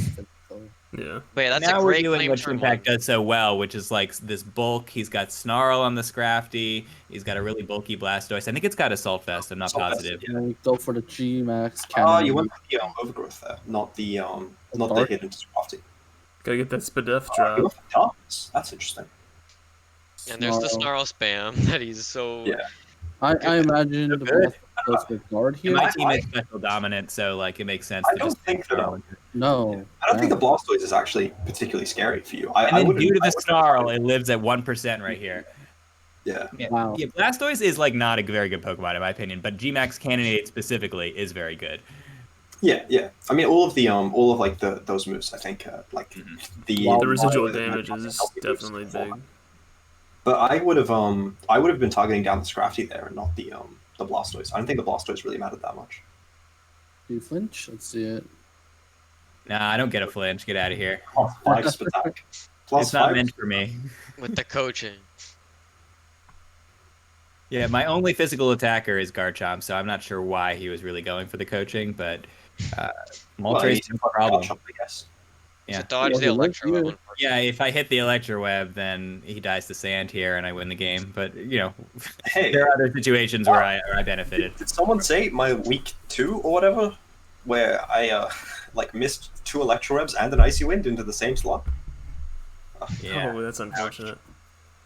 Yeah, so all of a sudden, like, I was feeling great, and then both my mons died to Fiery Wrath, and I'm like, oh, well, I guess I lose. That one turned fast. It was the one you guys highlighted that game in the last of the SPS decks, where in game 1 I just got completely screwed by RNG, and then I had to come back game 2. Yeah, that's fine. All right, Is this the gross game? We're gonna play this one on fast. I think the last Yeah. 2 we're gonna play on fast, just for time purposes. Some VGC games last 3 or 4 turns, and I think that's a little chaotic for my liking. I like them to last like 5 to 10, where I've got some chance to pull it back. But I do not like my games to last 30 turns. That is so- almost unheard of for VGC games. So did he protect Scout there just to make sure it didn't pump into his face with the? Because he The knew Yeah, the I one think with he Scarf wants that to avoid. Like, I do have ways to deal damage, but like just when I'm out of position, I don't. Like, Yawn is just- not doing anything against Scrafty. I don't have a Yawn flying. on these bulky teams. SunSun Bring is pretty interesting because it gives him access to a physical max cannonade in the case that you had brought like snarling a lot with your own Umbreon or you got an upper screen or whatever. Right, Giving that him makes that sense. versatility is quite solid. Double snarl turn. I Very think that effective. Yawn was a very good bring though from your end because I've been seeing like Hopeless use it a bunch on the Swampert and it gets like very good control over the board, especially when there's only 4 mons. Oh, absolutely. I mean, this is the same thing with Lovely Kiss, right? Control is so big in this format. And then there's the added benefit that like if you get it when like they max, it puts them in a really tough spot where they just like cut their losses and only get 1 turn at max, or they just Or they have to switch out. suck it up. I mean, this is why I miss having Pheromosa because it's like a control mon in terms of like it has really good support, but also offensively, you can generally target down whatever side mon your opponent has because it's got coverage for it. So it's definitely a mon I miss from my WPF games. Like being able to Oko support mons after you like fake them out to stop them from going their support is really nice. Umbreon sits on the field for over 20 turns here. Not doing a lot, but just making sure my opponent cannot do a lot either. Yeah, Hey, you're just snarling it's at a each very other, so powerful your one to damage set the turn is on. That's less right. and less every turn. Oh, The first meaningful Okay. chunk of damage. I have the right coverage, but like if I get snarled twice before I get to move, then it's not going to do that much anyway. Yeah, you haven't maxed yet, right? No, Neither yeah, I'm player's saving maxed. it for the end. Yeah, I've noticed that you do that quite well, is where you save your max for endgame, whereas, like, myself, I find that I always blow it early, and a lot of times it pays off to save it. Yeah, late That's game, the main late game thing that max everyone is can tough to benefit defend from doing against. is just not maxing turn 1 because they're afraid. Just like do a calc or 2, find a lead that's not going to die turn 1 so that you don't feel like you have to max turn 1. Often I just like to play to where I can just get a piece advantage early in the game, as early in the game as possible, which means that I do tend to have to max turn 1 to be able to get that initial piece advantage. It's definitely not necessarily wrong to max turn 1. Either the way Electric's been maxing, he just like is like the opponent cannot bring it back when they're just like decimated. Yeah. But yeah, Yeah. for sure. But I obviously agree with, if, like, obviously first- if they outplay you, then that puts you significantly behind, unless they also max. Like It a lot depends of the reason I lost my game to Jace is that like I just didn't get enough out of my max. Yeah, was maxing gonna against such a bulky team as Chimpax, where his average defense and special defense stats are over 100 on this crew of 6. Like, if you just max, he's just going to protect or snarl, and you're going to accomplish nothing. So, that's what I was going to mention, is that versus different kind of teams, whereas, like, such an offensive team as Minor Electrics, it's important to max early just to make sure you get board control, whereas these teams, they're so fat they don't need to do that. And you want to like stick against it. Electric, I feel like I would have to max to just not die turn 1. I always like viewing it the way that I play as like control. I like playing board games a good bit. I always thought control best described the way that I like to try and play and build in VGC. Because if you're preventing your opponent from really getting damage out in the first place, then you're probably going to be in the best position you can be.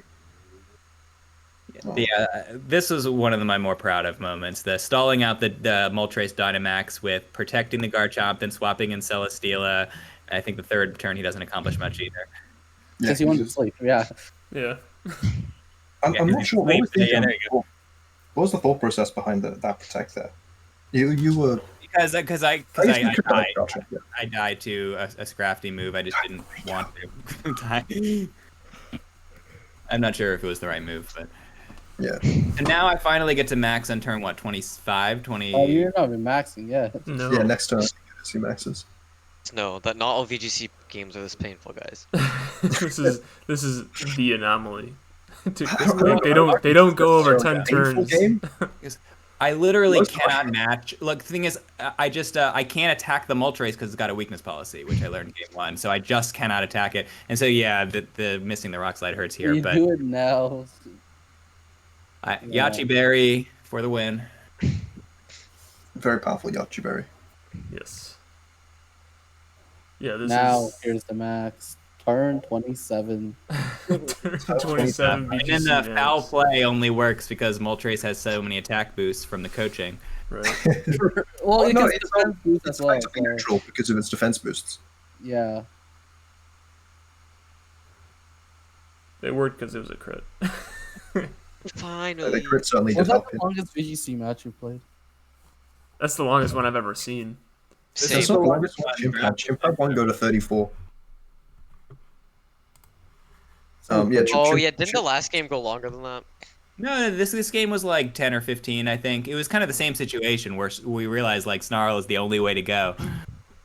But yeah, no, Chimp had a game. Oh, I'm gonna switch sides. I like Very this is for the spotlight. consistency. I think Chimpact plays Gigas better than virtually anyone. That he actually recognized this. Regigigas is almost as bulky as Cresselia. You don't have to play aggressive Regigigas. You can just sit there and knock off items and drain Exactly. punch. Yeah, it actually worked really well. You can get back your own. You can get into slow start just naturally. Yeah, And also the thing is with just threatening the fact that you have a Wheezing on the bench, like just being like, hey, I could bring Reggie Gigas plus Wheezing still.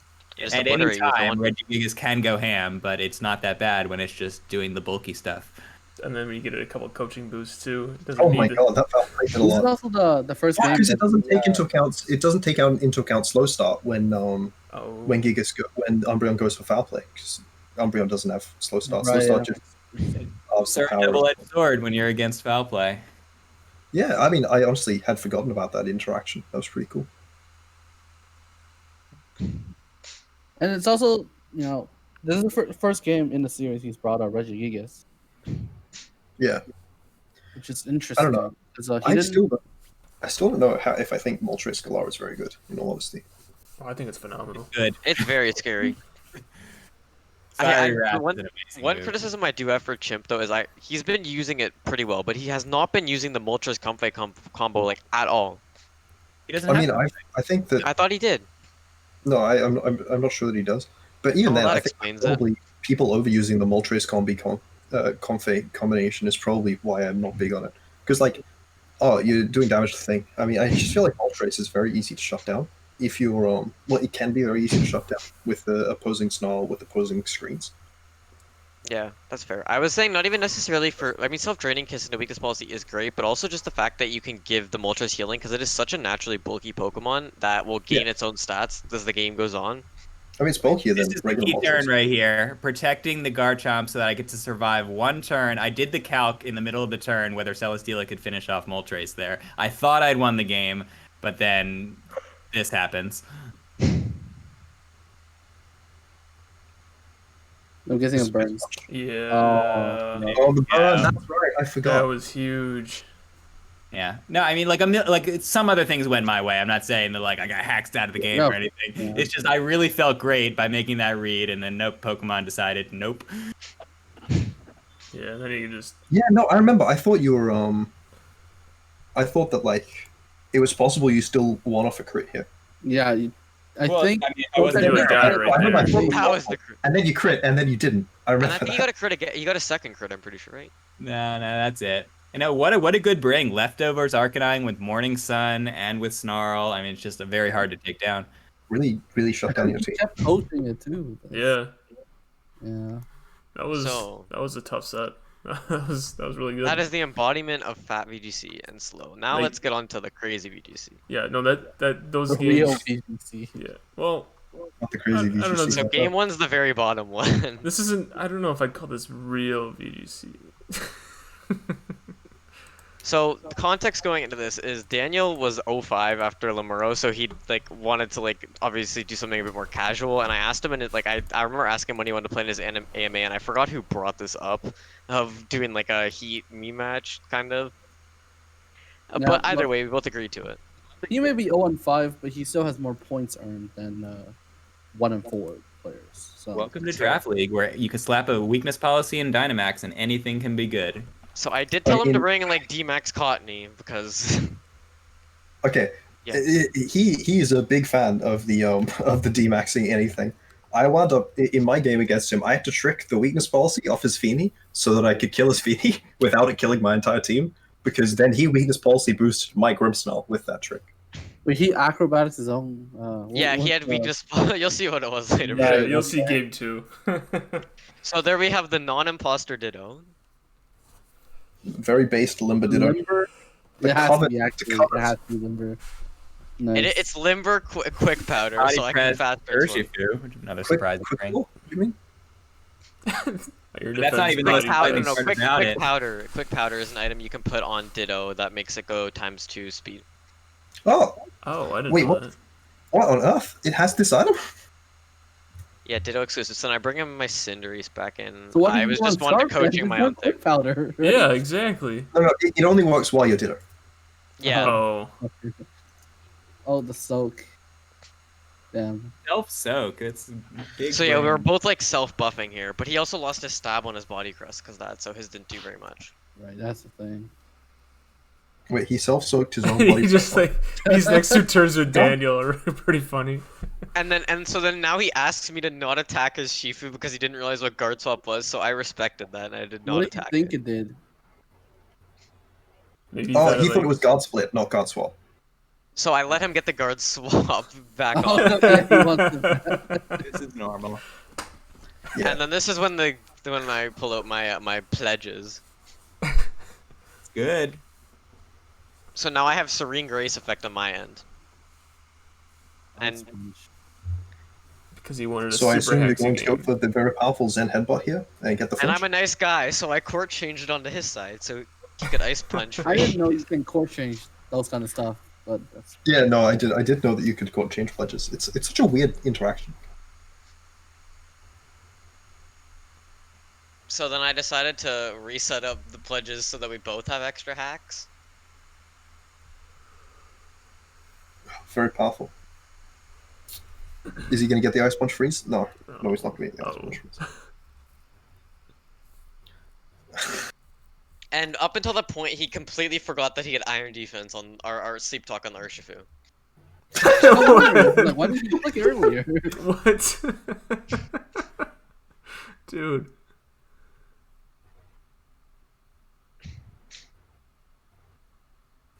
No, bring back old gen rest. So Sleep talk. yeah, I was worried he was gonna bring Misty Terrain Vini to stop me from like slam pairing, or not just because in general it's good, so then I couldn't slam pair him. But he Wait, you were wasn't. the It, rum. so... You were the rum berry. Is that on purpose? Or he was? Yeah, like, he he did was that the- for jokes. He did do that for jokes. Oh.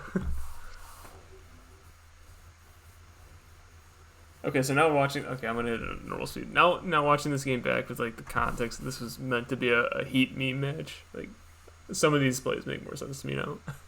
Okay.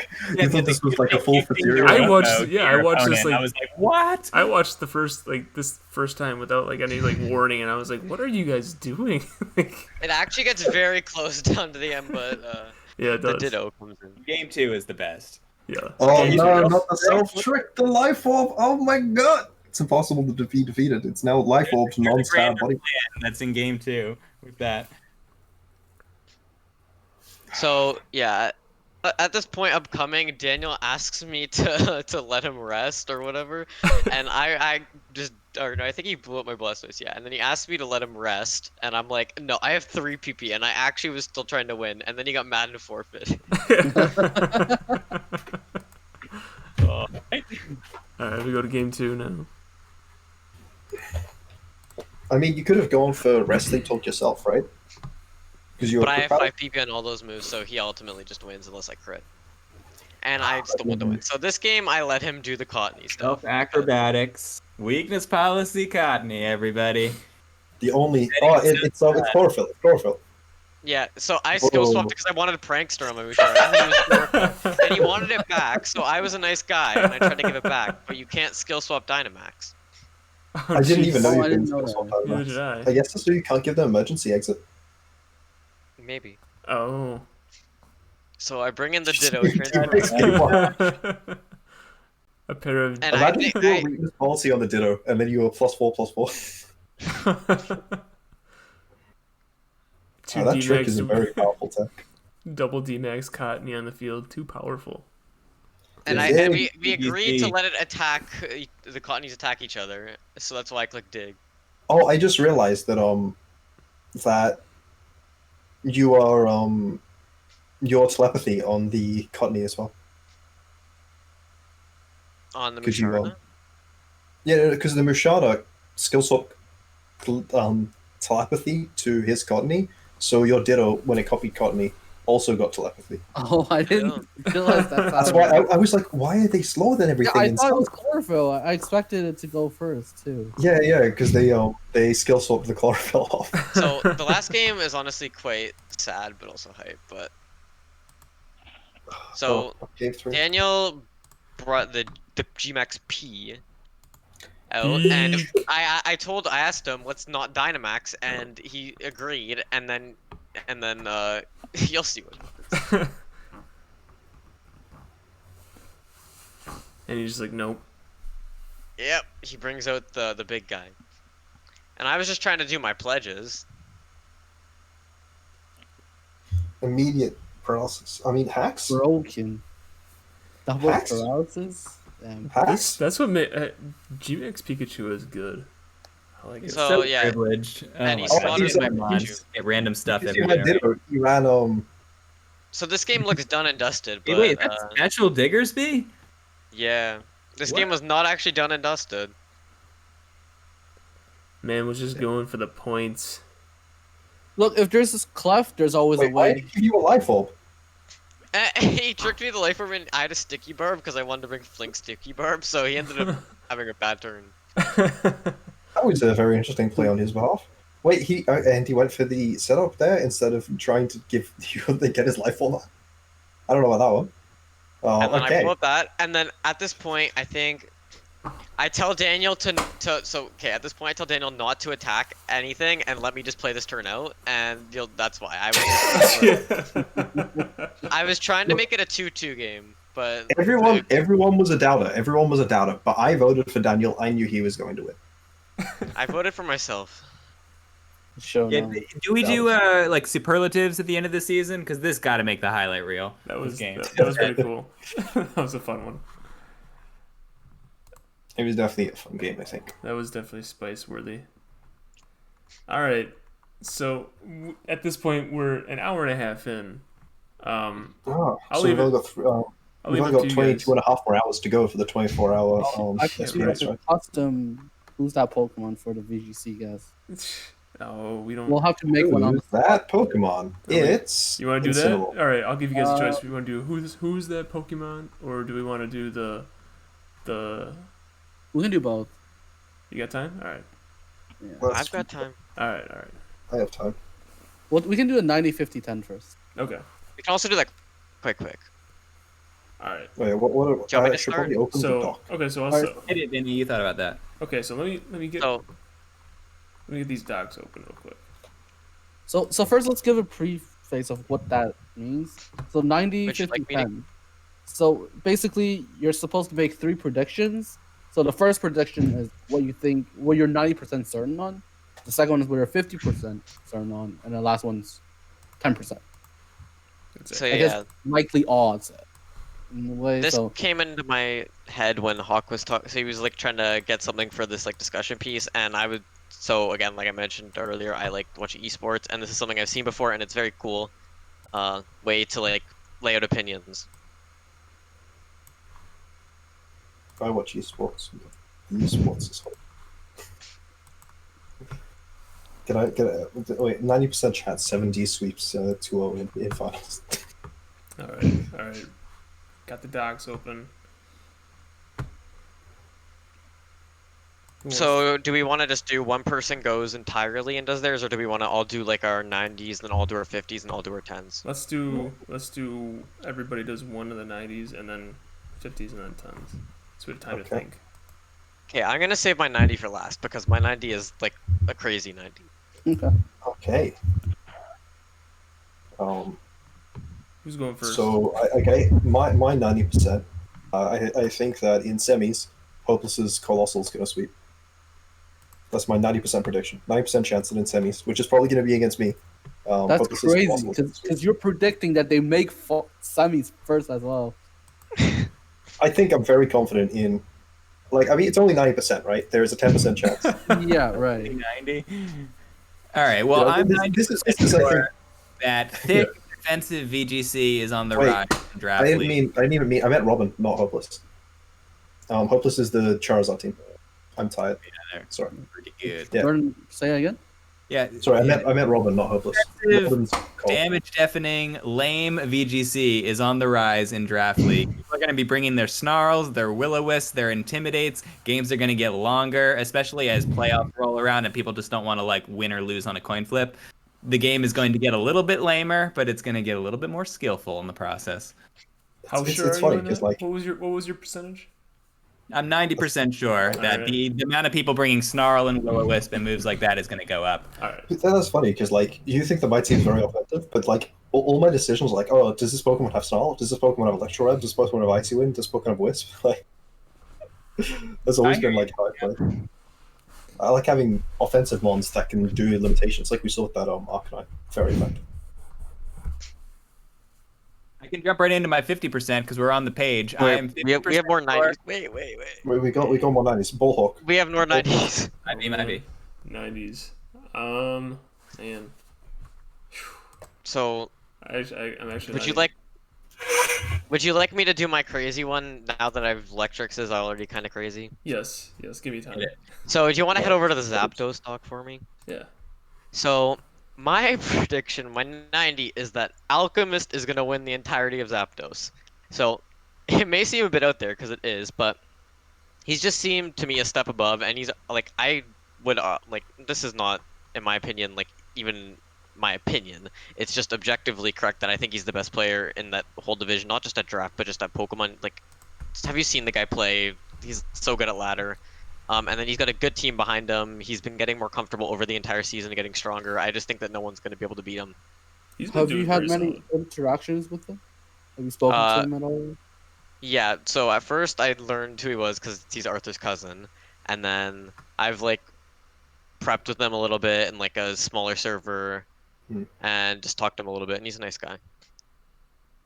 My sole experience with him in terms of like thing is I played him in a speed tour and he kept dodging my Drizzle's Muddy Waters, but ultimately Drizzle did win the day. It's fine Why did you have a Drizzle? because I had 1 point. Explain yourself. Okay.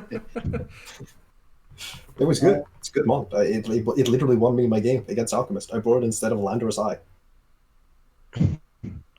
Was it a Sun Force or Sheer Force? Sheer Force, Landorus Eye, draft, VGC draft. Okay. Wow. I mean, sometimes got- Landorus is bad matchups. So we got Ballhawk and SunSun left for their 90s. All right. Well, I'm gonna say that I am 90% sure that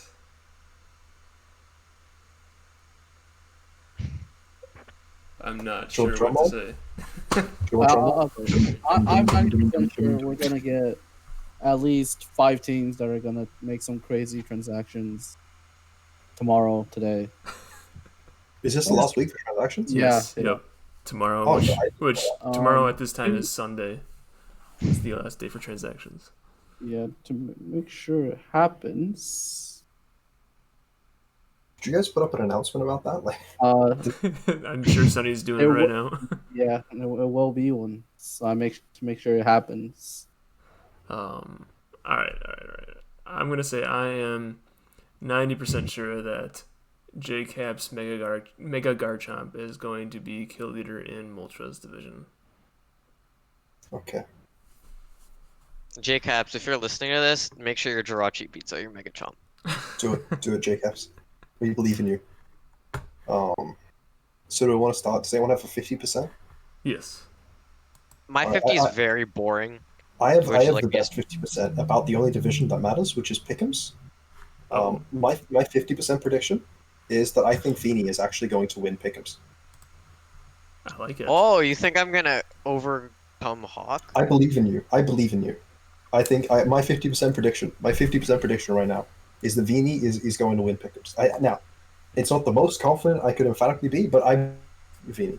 I mean, it's a coin flip, right? It's No, trending with it's the team. pure skill. This is the highest skill division. Totally. Completely. So, my prediction for 50 was kind of boring, but I said that I would make playoffs because right now I am 3-3 with 9 points, which is literally like half that I could have right now, and I'm probably like right on the cusp of playoffs. So, yeah, that's what my prediction is, and I'm not the most confident right now after having a few rough weeks, and I face like Jace and I face Mick, who has a crazy team. So yeah.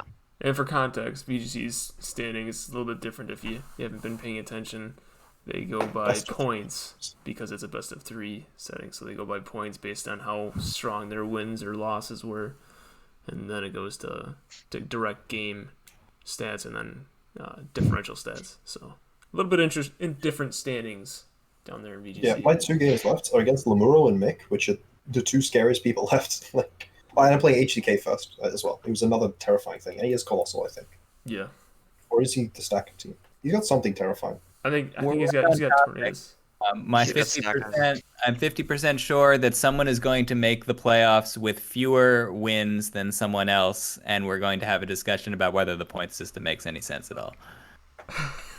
That's gonna be a very fair one that I think I will think actually that- for sure happen. I think the Games 1 system as the tiebreaker is very confusing because I definitely understand the intention. It just feels bad to be below someone with fewer wins, and it doesn't necessarily feel good to be above someone with fewer wins.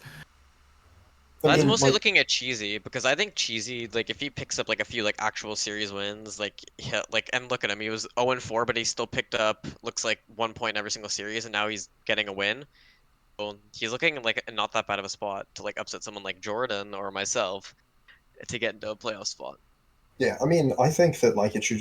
I think Games 1 is a better tiebreaker than the average of Games 1/loss. Then the ratio.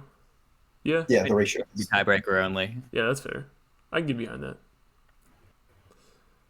Let's see here. Any other 50% hot takes? Mm-hmm. Medium heat takes? Medium heat takes. Very, very medium heat takes. I gotta come back and look at these standings here. Man, my goodness. Sun, do you have a nice 50%? Just trying to look through the docs. Yeah. See what I've done. I was not prepared for this segment, to say the least. I am only familiar with 2 divs, Pick'ems and VGC. So I just noticed, is Boot's team name Boot W? It Yeah. is. thank you. It's Boot what? Because that's what Boot does. His president's name is W. Man, I'm gonna say that I'm 50% sure that somebody with a less than winning record or somebody with a losing record is going to make it into playoffs in each division. In every single one? Yes, It's a pretty baller prediction. it is. I mean, I am a baller hawk. I'm going to say there's a 50% chance that Conkeldor will be the kill leader in Silver or Articuno. Currently kill leader with Wobbuffet. So Yeah, it's currently 11-4. Wow. 1 kill ahead of the next Mon, Mega Mawile. But Mega Mawile performs much differently than a Conk, in my opinion, where Mega Mawile can probably kill more. So I think, yeah, and like looking I played right a below game. Dragapult. I played a game. I'd forgotten in prep that Mega Mawile had Intimidate. So my Mega Mawile came in and intimidated my Mon, and then it Mega Revolt, and I literally lost the entire game from there because he could get 3 kills, and I had no way of stopping it from getting 3 kills because it could sub for free and then get 3 kills in a row. Oh man. That is not something that's true for basically any other Pokemon. I want to counter your argument with that. I think that Dragapult's gonna end as MVP. This may or may not be biased because Dad It's is a a mod in my server, and I probably will help him build a bunch, so I have influence on that. But So what you're that's telling me my is, with Vini prep support, Mega Morwell will definitely be beating out Dragapult. no, Dragapult. Oh, sorry, Yeah. my bad. You're roasting me. No. I have a hot take in that everyone universally disagrees with it who I've ever spoken to in VGC, which is that in VGC Draft League, Dragapult is overrated. Define overrated. Well, I don't know. everyone I don't seems to understand. think it's like top 5 or top 1 Draftmon just because like it can do a million things. But I think it's like top 30 to 50. It's good, but its offensive stats not quite there. You can find 100 mons that are stronger than it. 142 speed. That's the only offensive stat you need. Its speed is unnecessary, which is obviously where Electric and I differ, where he really prizes the natural speed. But I don't think you need to be fast, and Dragapult would love to not have to always be fast all the time. If it could just be a little bulkier or a little stronger, or actually have relevant stab moves. No, get behind don't you. make I think Dragapult any stronger. I think Dragapult is meant to shine more in singles. I think at VGC Dragon stab is not as strong as it is in singles, and I think just the fact that there are a lot of other things that can abuse better offense in the format. I do actually agree with your take, Jordan, where I do think it's overrated, but I think that you underrated it too much. Like, I think that you're underrating it and other people are overrating it. So it's like kind of in the middle. I don't think If there's a compromise where it's somewhere in the top like 30 or so, then that's fine. But people are like, it can do everything. But I'm like, it doesn't get the Okos. It's not quite strong enough. You're not using Ghost or Dragon moves because you want to do super effective damage in Draft League because you know exactly what you're going to be fighting against. It's just not so quite strong enough. Shutting down opposing teams with Wisp and Screens. Yeah, Screens Dragapult is definitely tough if you're not ready for it. And then on top of that, you also have like a lot of teams that are weak. In my experience, a lot of teams that wind up being weak to Ghost. Obviously, I would prefer to have Spectre to abuse it, but Dragapult, because it's weak to Dark, Ice. It's weak to Dark and Ice and Fairy, which means there are a lot of options you can have next to it to give it like priority weakness policy boost, and weakness policy Dragapult is very strong. You're saying that like its weaknesses are a good thing because weakness policy procs, but I think the weaknesses in general are a bigger problem in Draft League than they are in tournaments or any other format. Well, the context around that, like what you're talking about, like I think it's a valid point because you're talking about it. It misses the KOs. I think it's actually it's a good way to look at it. Like just taking a deeper dive into like just actually looking at the stuff there, like those self-weakness policy procs, like that's huge and helps Dragapult get those KOs, where I can definitely see where the lecture's coming from. Right. I had Dragapult in a speed tour, and I used it in all of the games, and I don't think I ever maxed it. I know I used Scarf once, I used Sash, with just like damage like output moves, and I just use Dragon Darts. Dragon Darts, the fact that it hits both opponents, but it doesn't function like a spread move, is really nice. Yeah, I use Scarf twice actually. It's a really good Scarf. Sash Dragon Ball is great. It just feels bad to have like your most expensive mon have to use a focus sash. Yeah, that's why I don't like Cottonee either. I would agree that I do ultimately agree with you. I think Dragapult is a little bit overrated in VGC. Yeah. I mean, I don't know. I feel like I'm just not on the pulse of where people are rating things, because I was surprised to see a bunch of people in WBG making jokes about Dragapult always going first, and then it went first in every div. I thought it seems like I don't know, maybe a top 5 mon, but I guess I don't really have a sense of like, I don't think there is like a mon that I'd be like, oh, I should take this round 1. Like, there's no mon that I'm like, I definitely want to take it now. It's like, oh, like I took Regieleki round 1 in this thing. I don't think it would have gotten back to me if I didn't, but I don't think it's like overwhelming. I mean, I haven't been particularly enthused with it. So but I think it's nothing like super overwhelming in VGC. I think it might be a good idea to compile some Dragapult stats, from different leagues, from different games. Yeah. Trying to see how Dragapult does across, different leagues. Oh, see let's the look win at it. rates. NL. I'm gonna pull it up. Just give me a minute. That's true. On Robin's team, it's been a very, very, very effective mon next to Cole. As we can see, Cole is the second kill leader mon. Mm-hmm. And of course. That's because 6 of those are versus me. 7 of those are versus me. You guys have been feeding Well- the Cole. Cole just smashes my team. It Like, smashes a lot of teams, to be fair.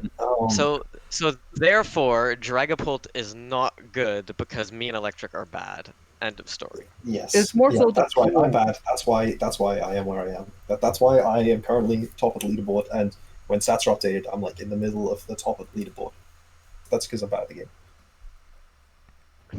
It's because I keep missing Lovely Kiss with Jinx. That's the problem. I need to just hit Lovely Just Kiss. aim better. I'm still mad about every single time I play Jace, he always taxes me. It's very sad. I still can't believe he dodged a wide lens triple axle. And then Wide he lens, crit me. that feels really bad. That feels so bad. It's like when you I can connect the relate. move with Victini, right? Because you already have the 1.1 boost, and then your bolt strike just goes to the left. And now, I know. They need a free Victini, except they really don't need a free Victini. But they need a free Victini so that I can have Victory Star. You and me both, man. Wide lens. I ran wide lens Zacian multiple times last season in Yeah, you still WTF. missing and I still missed playoff. if they I should ever have allow no mistakes and not mythicals, run wide lens. if they ever allow mythicals, Mew is gonna be really strong. 'Cause If they ever allow mythicals, then Jirachi is going to be the most broken overwhelming Pokemon. It was in Doubles OU. I honestly don't think Mew would be very good. I mean, Mew would probably not be very good. Yeah, Mew would It be doesn't very really good in Draft League, but in terms of like actual like ladder, right? Okay, yeah. I was speaking. Yeah. It's weak to Ghost and Dark, which everyone would run because Jirachi's got Follow Me, and it's the best Pokemon in the format. I forgot So- Jirachi has Follow Me. When So- you're a Pokemon that is weak to the same types as the best Pokemon in the format, you're just going to suffer as a result of that. So are we still Same looking true. for those Dragapult stats, or are Yeah, we so, going on to the here's the 10%? situation. Dragapult's been, in 700 games, doubles games on draftleague.nl. It has a kill death of basically 495 kills, 487 deaths. So it's not that great in terms of KD. Now, obviously, Dragapult does a lot more than kill. But like I just looked up 3 other Pokemon that I believe are stronger than Dragapult. Glastrier has a KD of over 2 two kills per death. Metagross has a higher win percentage than Dragapult when brought. It has a KD of 1.8. Tapu Fini has a 60% win rate of all games involving Tapu Fini. They win 60% of the time, and that has, I guess it has more kills than deaths, is a better ratio than Dragapult slightly. Dragapult is not quite strong enough. It's not quite bulky enough. It's very good. It can do a million different things, but it's just not quite the all-star that I would have hoped it. I think if you're losing to Glastrier, then your team is bad. Because if your opponent gets a Trick Room against you, your team is bad. It's not, a lot of times in doubles you just can't stop Trick Room, right? With Follow Me, Fake Out, there's a lot of guaranteed Trick Room setups out there. They're really... If you don't have a tech on your team, like a way to stop someone from setting up Trick Room reliably, then that's just a fundamental flaw with your team, and you should be losing games because of it. I gotta disagree with you there. I mean, like there are mons that block taunt. There's mental there's a urge. million mons with Imprison, though. Follow Me. There's a lot of situations like Indeedee had a read where it's got Fake Out, it's got Follow Me, Trick Room, and it's also threatening dual expanding force. So stopping Trick Room might not actually be your top priority. There's a lot of times where you have to accept that Trick Room is going up and you need to be able to play inside Trick Room. I would like to say that I do agree with Jordan here, and Electric has a very strong stance on that. Electric's got the strongest team in the league, the most aggressive team in the league, so he can just kill the Trick Room setter, but we're not graced with such amazing power, so No, 50% of the time, yeah, 50% of the time with the snipe shot thing. Like, I mean, having the ability to ignore redirection, I think, is very important in draft. I think you should try and prioritize being able to pick up a mon who can ignore redirection, which doesn't just mean something that has like a propeller tail or whatever, but also just something with an actually strong spread move, which is what one of the good things that he has is the really strong Electro Web. But also just having good fake out is important. Having good taunts, having Imprison for Trick Room, which I have had on, I've always tried to have when I dropped I ran Imprison Trick Room Necrozma, and it worked because I used my restricted to stop them setting up Trick Room, and then I won the game, even though I did not have a restricted. I had like one attack that was resisted by their entire team because I stopped them setting up Trick Room, and then their team fell apart. I do think that at bottom line, I do agree with what Jordan was saying though. Where like Vini, Glacier, Metagross are all more consistent, like mons that are gonna get more done than Dragapult, but Dragapult ultimately has more potential than them if you use it right. Dragapult's an incredible support. The only reason I don't like Vini is because it's setting out Misty Terrain, which some of the best offensive mons in the format are Dragon types, and if you that just stops you from being able to like really pick up an offensive Dragon type yourself. Well, that was what SunSun was saying earlier. Dragon type moves kind of overrated. I don't think Dragon type moves are overrated. I think the max whelmment dropping attack is super relevant. Oh, that's definitely. It's a good max. Like Dmax move. Yeah, it's a little dangerous with Fairy type Follow Me and just like in draft league, you always want to be hitting with super effective when you can, unless you have like Vicious Ren. I really don't agree about that. I think that the best teams, the Pokemon is good if it can just click its stab into a neutral target and kill it. And if you can't do that, you're just not a very good Pokemon. You can do that, and you're blessed. You know, there's not that many Pokemon that can just kill everything with Vicious Ren. I mean, yeah, but even just like, an example Pokemon that I've been using in this league is Kartana, and Kartana has been KOing like flying type resists with grass moves because it also has the single highest attack stat in the entire game. Yeah, but Leaf Blade's also not a very high base power move, which is why the attack stat is like the whole thing. It doesn't have an immediate boost due to its ability, so like there are a lot of Pokemon that hit immediately harder than Kartana does, despite the fact that it has a big attack stat, because attack stats are they very much trail off once you get over 100. Like the diminishing returns on it are not super impactful. Whereas if you have an ability like adaptability, if you have an ability like a transistor or whatever, the damage boost there is incredibly. So I mean, I'm just excited to see how yours and my season works out, Electric, just due to our different philosophies. Because it's definitely not clear that I'm going to win or you're going to win. I think you're a good, talented player, so I'm excited to see. Hey, maybe it'll be a whole different winner. Maybe Cheesy's going to sneak up on you guys. Yeah, right. The winner's going to be either one. Could be Vini, could be anyone else. My 10% prediction: Vini wins VGC. There we go. Hell yeah! Get your blank out of your. Get your head out of your blank. Is what I will say. Okay, I believe it. Semis. Semis. I'm gonna lose to Robin. 100% chance that I have no chance of defeating Cole because it's broken. And then that means in finals, Vini versus Robin. I believe in Vini. Vinny, to be fair, he only gave you a 10% chance, so I mean his head isn't completely up his. This is our 10% hot take. I was right. Do we want to transition into our 10% hot takes? It's probably the time. Were we done with our 50s? I thought so. I thought we're ready for 10s. Yeah. Did you do a 50? I did. My 50 he did was a Kong thing. Yeah, was cool. a Kong, I can start off the 10. All right. It's the 10%. We've done the 10. We've won 10% in. I believe in Vini, but not against Daniel. All right. What do you got, Vinny? My 10% was that JCap, Luffy, and Wobbuffet, all the undefeated coaches are going to remain undefeated. So in terms of this Luffy, I'm super confident in. I think he's just been destroying like all the leagues he's in, and he'll continue to just dominate, and I don't think he'll drop a game, hopefully, in the last 3 weeks. JCaps, again, he has like the Mega Chomp, and he's been like really feeling it. Solid. Again, hopefully he doesn't drop a game. Don't think he will. JCaps is a Voltrix. That's interesting. Yeah. And then, I also think that he's a very strong player, and he's grown a lot lately. Sure. Wobbuffet, I'm not sure, but they seem comfortable in the way they're playing, although a lot of their games are close, so they're going to be the one that I think would make or break this, my 10%, which is why it's a 10%. Mm-hmm. I definitely think Wobbuffet's going to drop games down the line, simply because I think there should have been at least 2 games where he lost, because different circumstances happen. Yeah. I think Luffy is going to drop Week 9 because they're going to make a deal with someone else for kill leader and then get 5 kills with that mon and then only roll 1 on themselves. Because that's what happened in 2 other leagues that Luffy's been in. Well, that makes it very much accurate for being a 10%. I think there's a 10% chance Bagel Joe makes the playoffs.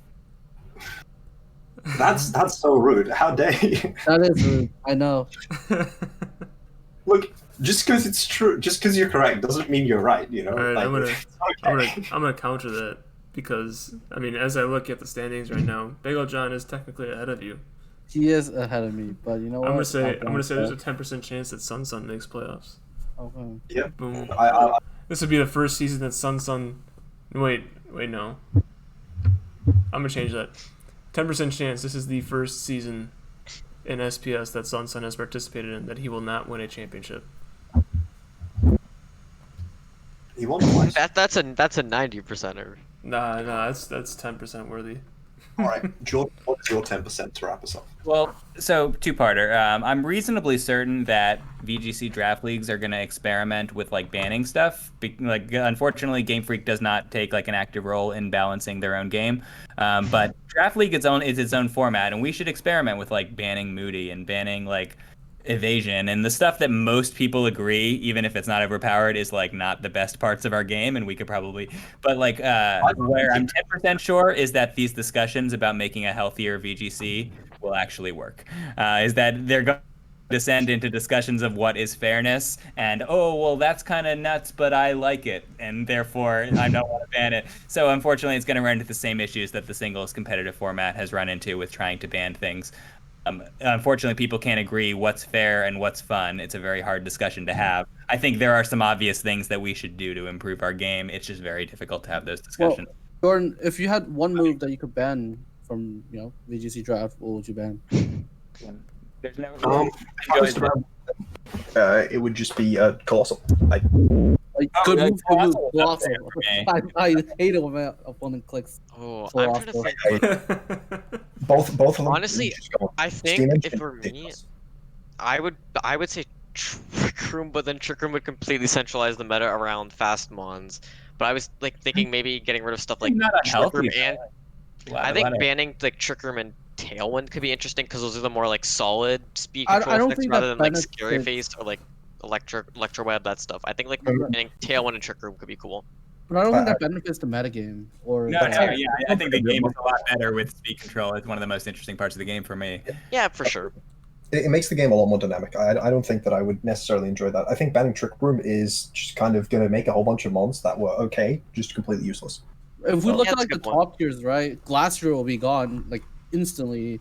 Mons like Dustclops, they're Cresselia, yeah. gone. I mean, DD female is going to be worse. Yeah. Just Yeah, redirection in general is going to be worse. It's not going to be terrible, but it's going to be worse. Like stack attack, that- get out 15 points, Yeah.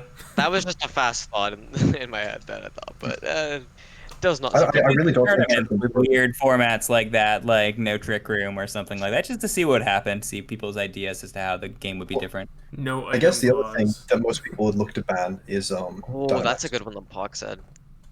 Sorry, what did I say? He Sorry. said no item clause. No item clause. I actually really like item clause. I think that it is very good for this. Otherwise, I probably run like Focus Ash or Life Orb on like every single No, one. I meant like no items. The clause is no items. Oh, Oh, That's that's chaotic. interesting. Dude, let's do it. No one can outscarf my Regieleki.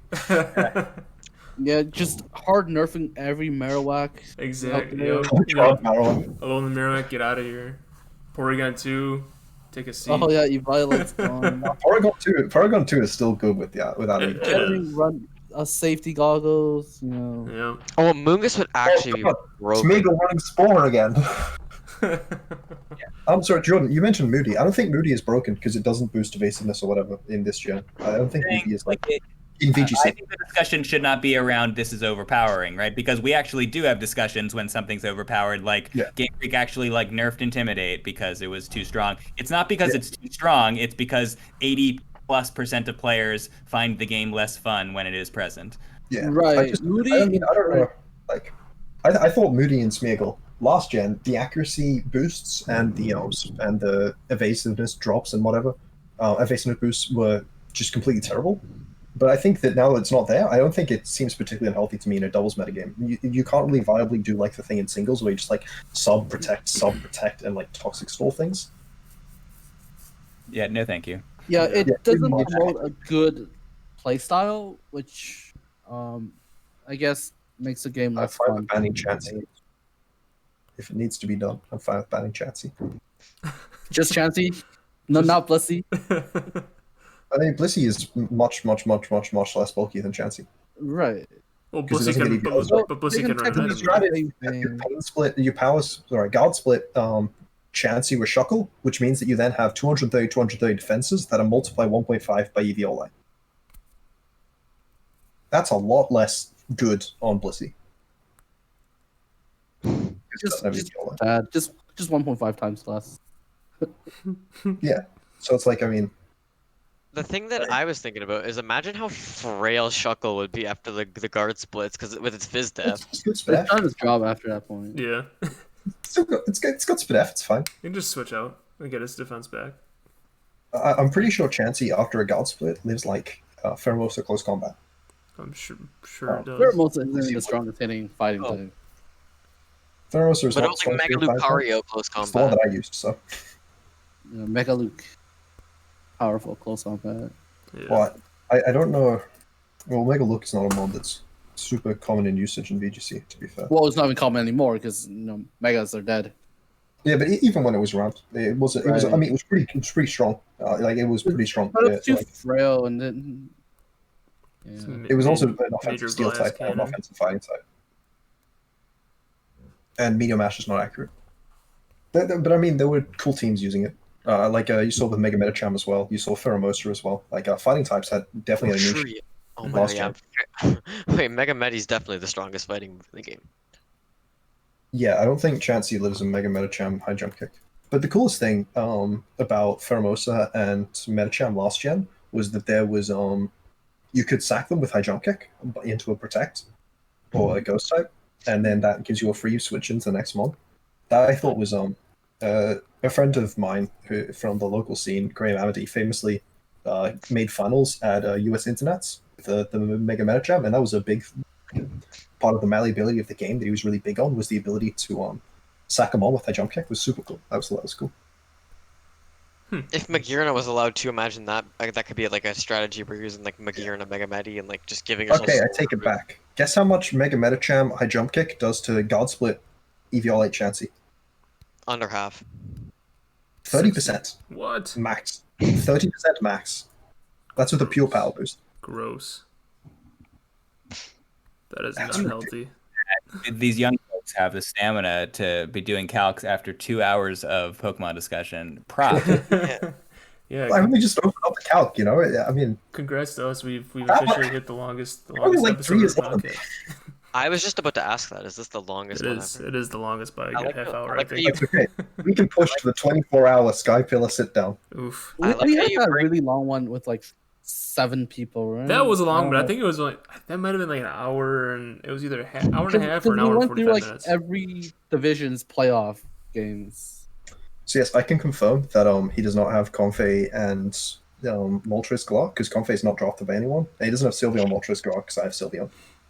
And what I was gonna say is that like, that you bring on the people in the part of the fastest format, and then you get the slowest podcast or the long. Yeah, gotta love it. Who's that Pokemon thing that was mentioned? What's a Pokemon? No, well, are we all done to 10%? I think Then I'll we do it. are. All right, I so think we have done this episode. all right, my who's that Pokemon? We'll give you 3 hints. Each of you get 1 guesses. Once your guess is up, you can't guess until the next hint is given. Okay. Guys, Okay. I need to bow out. I am literally half asleep right now. All right, man. It's the All right. clock. It's been swell. To the next week. I'll tune in next week. Take care, everybody. All right, Hope to thanks for see you joining, all. man. Yep. Check out the Jordan on YouTube. Check them out. Oh, it's the Jordan Plays, right? Yeah, it's the Jordan plays. All right. Oh, Check I'm so old. I don't know how to turn my Discord off. All right, so we can eject you from the call too if you want us to. Take care. Yeah. All right. In the bottom of your like start bar, in the taskbar thing, there's a small green circle which turns into a Discord thing when you get kicked. Oh, he just ball disconnected him. Yeah, He's gone now. yeah. Sorry. I see the Bullhawk had faith, but his faith was misplaced. Okay, so the first hint, it's a Pokédex entry from Platinum. Okay. It is said that several of these Pokemon gather under giant leaves and live together in harmony. Is it Burmy? Okay. No, it's not Burmy. Don't you only get? Do you get one guess per hint or one guess total? One guess per hint. Oh. So it's Um, Badoo? Nope. got what Pokemon ran to Gen 4? It doesn't necessarily have to be from Gen 4. It's just a dex entry from that generation. Okay. Yeah.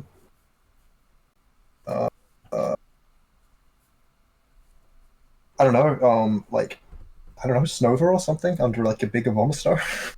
That's from Gen 4. Not quite. All right, next hint. Ash has owned one of these. Snorunt. It's Snorunt. Yeah. I knew it was just a nice type. I've done one of these like challenges before. I always get them as like, no, is it Snova? It's a similar. No, but Ash has a Snorunt, and then it turns into Glalie, who's based. I need to rewatch that. It was Snorunt? I thought you said Yeah. Snorlax. I was really wondering when you said not quite. I was like, what? It's not Snover. What could it be? Yeah, I was like that was like, oh, that's right, something similar. Yeah. Okay. Very powerful. Nice. Well, took 2 tries. Yeah. Okay. what was your Is there third another hint? one of these? It was Or going is to it be just evolved with Dawnstone. It The evolves. Dawnstone. Oh. Dawnstone. Yeah, into Frostlass, right? Yeah. Only females. Yeah, like with Glades, how both female Snorunt can turn to Glalie and male Curlia can turn into Gardevoir. But Yeah. That Yeah, also the makes sense Dawnstone. that it hides because it's Snorunt and it's like a scared Pokemon. Yeah, makes sense in the end. Yeah. Cool. Well, yeah, do no, they that like was eat it. snow? I don't know what Okay, so are we doing another Pokemon? I like doing these like Pokemon trivia things. No, was- we don't have another one planned. I can ask one. Okay, go. All right. Okay.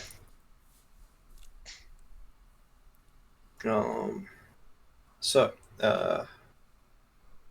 let's see who is away. I mean, this might be a little bit obvious, but it's the rhythm of bright, festive music activates their cells, making it more powerful. Ludicolo? Yeah, Ludicolo. Wait, that. Oh my Help! It was the only God. Pokemon I already had the Bulbapedia page open. Yeah. I think Okay. actually Ram might have read that one off at one point. Okay, Oh my God. let's. Okay, I'll try better. I'll do one of my favorite Pokemon instead. Not that I dislike Ludicolo or anything. It's just that Okay.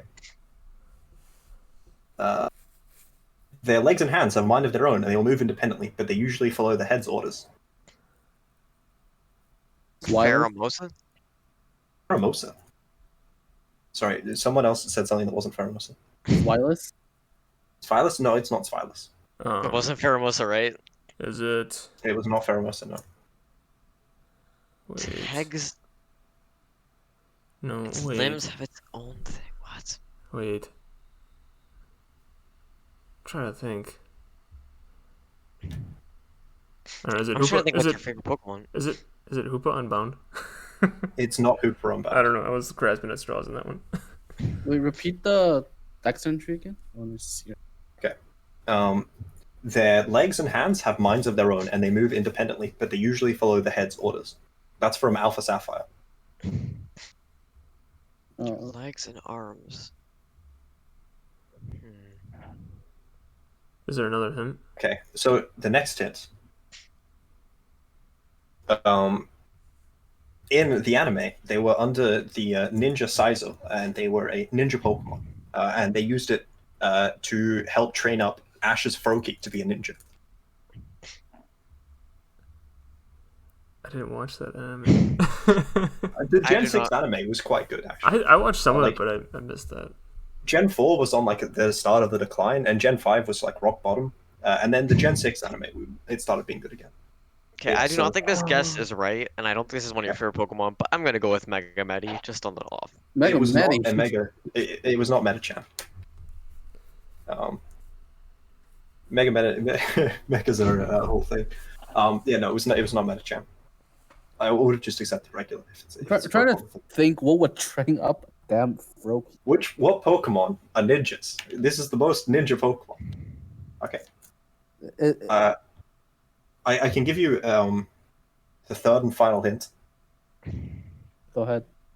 So it is a second stage Pokemon, and the first stage Pokemon's Pokemon category is the two-handed Pokemon. The only Pokemon with two hands, apparently. The only Pokemon that's called a two-handed Pokemon because it's the only Pokemon with two hands. Barbarical? It is Barbarical. It is Barbarical. Barbarical. It Hell can move yeah. its limbs? What? All of them. It's 7 Binnacles together. What? So two Oh. Binnacles live. So a Binnacle is two Binnacles. They live on the same rock, and then there are 7 of them together when they become Barbarical. Oh. That just And they makes sense. all- It is one of your favorite Pokemon. I'd love it. It's a dude. Gen 6. It was like, it just like made such cool Pokemon across the board. Every Gen 6 mod is amazing. Yeah, Gen 6 was a good gen for the series. Absolutely, absolutely. That is Yeah, cool. look at the design again. Like it's just hand the Pokemon. Yeah. It's like a very interesting way to do the concept of like having like barnacle Pokemon. So it has like the two barnacles on the rock working together, but then sometimes they fight with each other. And then when it evolves, you get a whole bunch of them working together, and then sometimes they like ignore each other. I always thought it was a really cool concept. They kill each other. No. They like compete against each other, Oh, okay. but they have to work together to survive. That was a good one. Yeah, Well, I think it's cool. I think for my my eyes, we're gonna have to call it good here. All right, man. Thank you guys for having me on the show. I really appreciate it. Check out my YouTube, Mancini The Amazing. I'm starting to upload. Yeah. Yeah, check them out. Yeah. Thank you guys for joining. Thanks, Vinny, the Jordan, Electric. No problem. It was a pleasure having you guys on. This was a fun episode.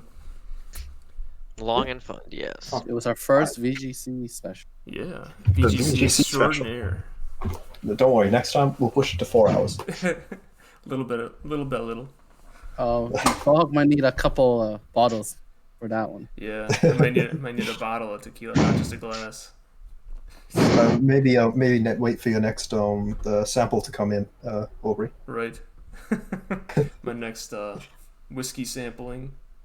Yeah, that's when we'll do the next VGC Right. special. Right. Yep. So I did Japan last time. Maybe I'll do like Scotland or something next, and we'll do. Oh, very powerful. Yes. All right. That'll do it for episode 16. Thank you guys for tuning in, and we will see you again week 9. All right. Hope you guys have a great day. See you next time. Peace. Bye. Wait.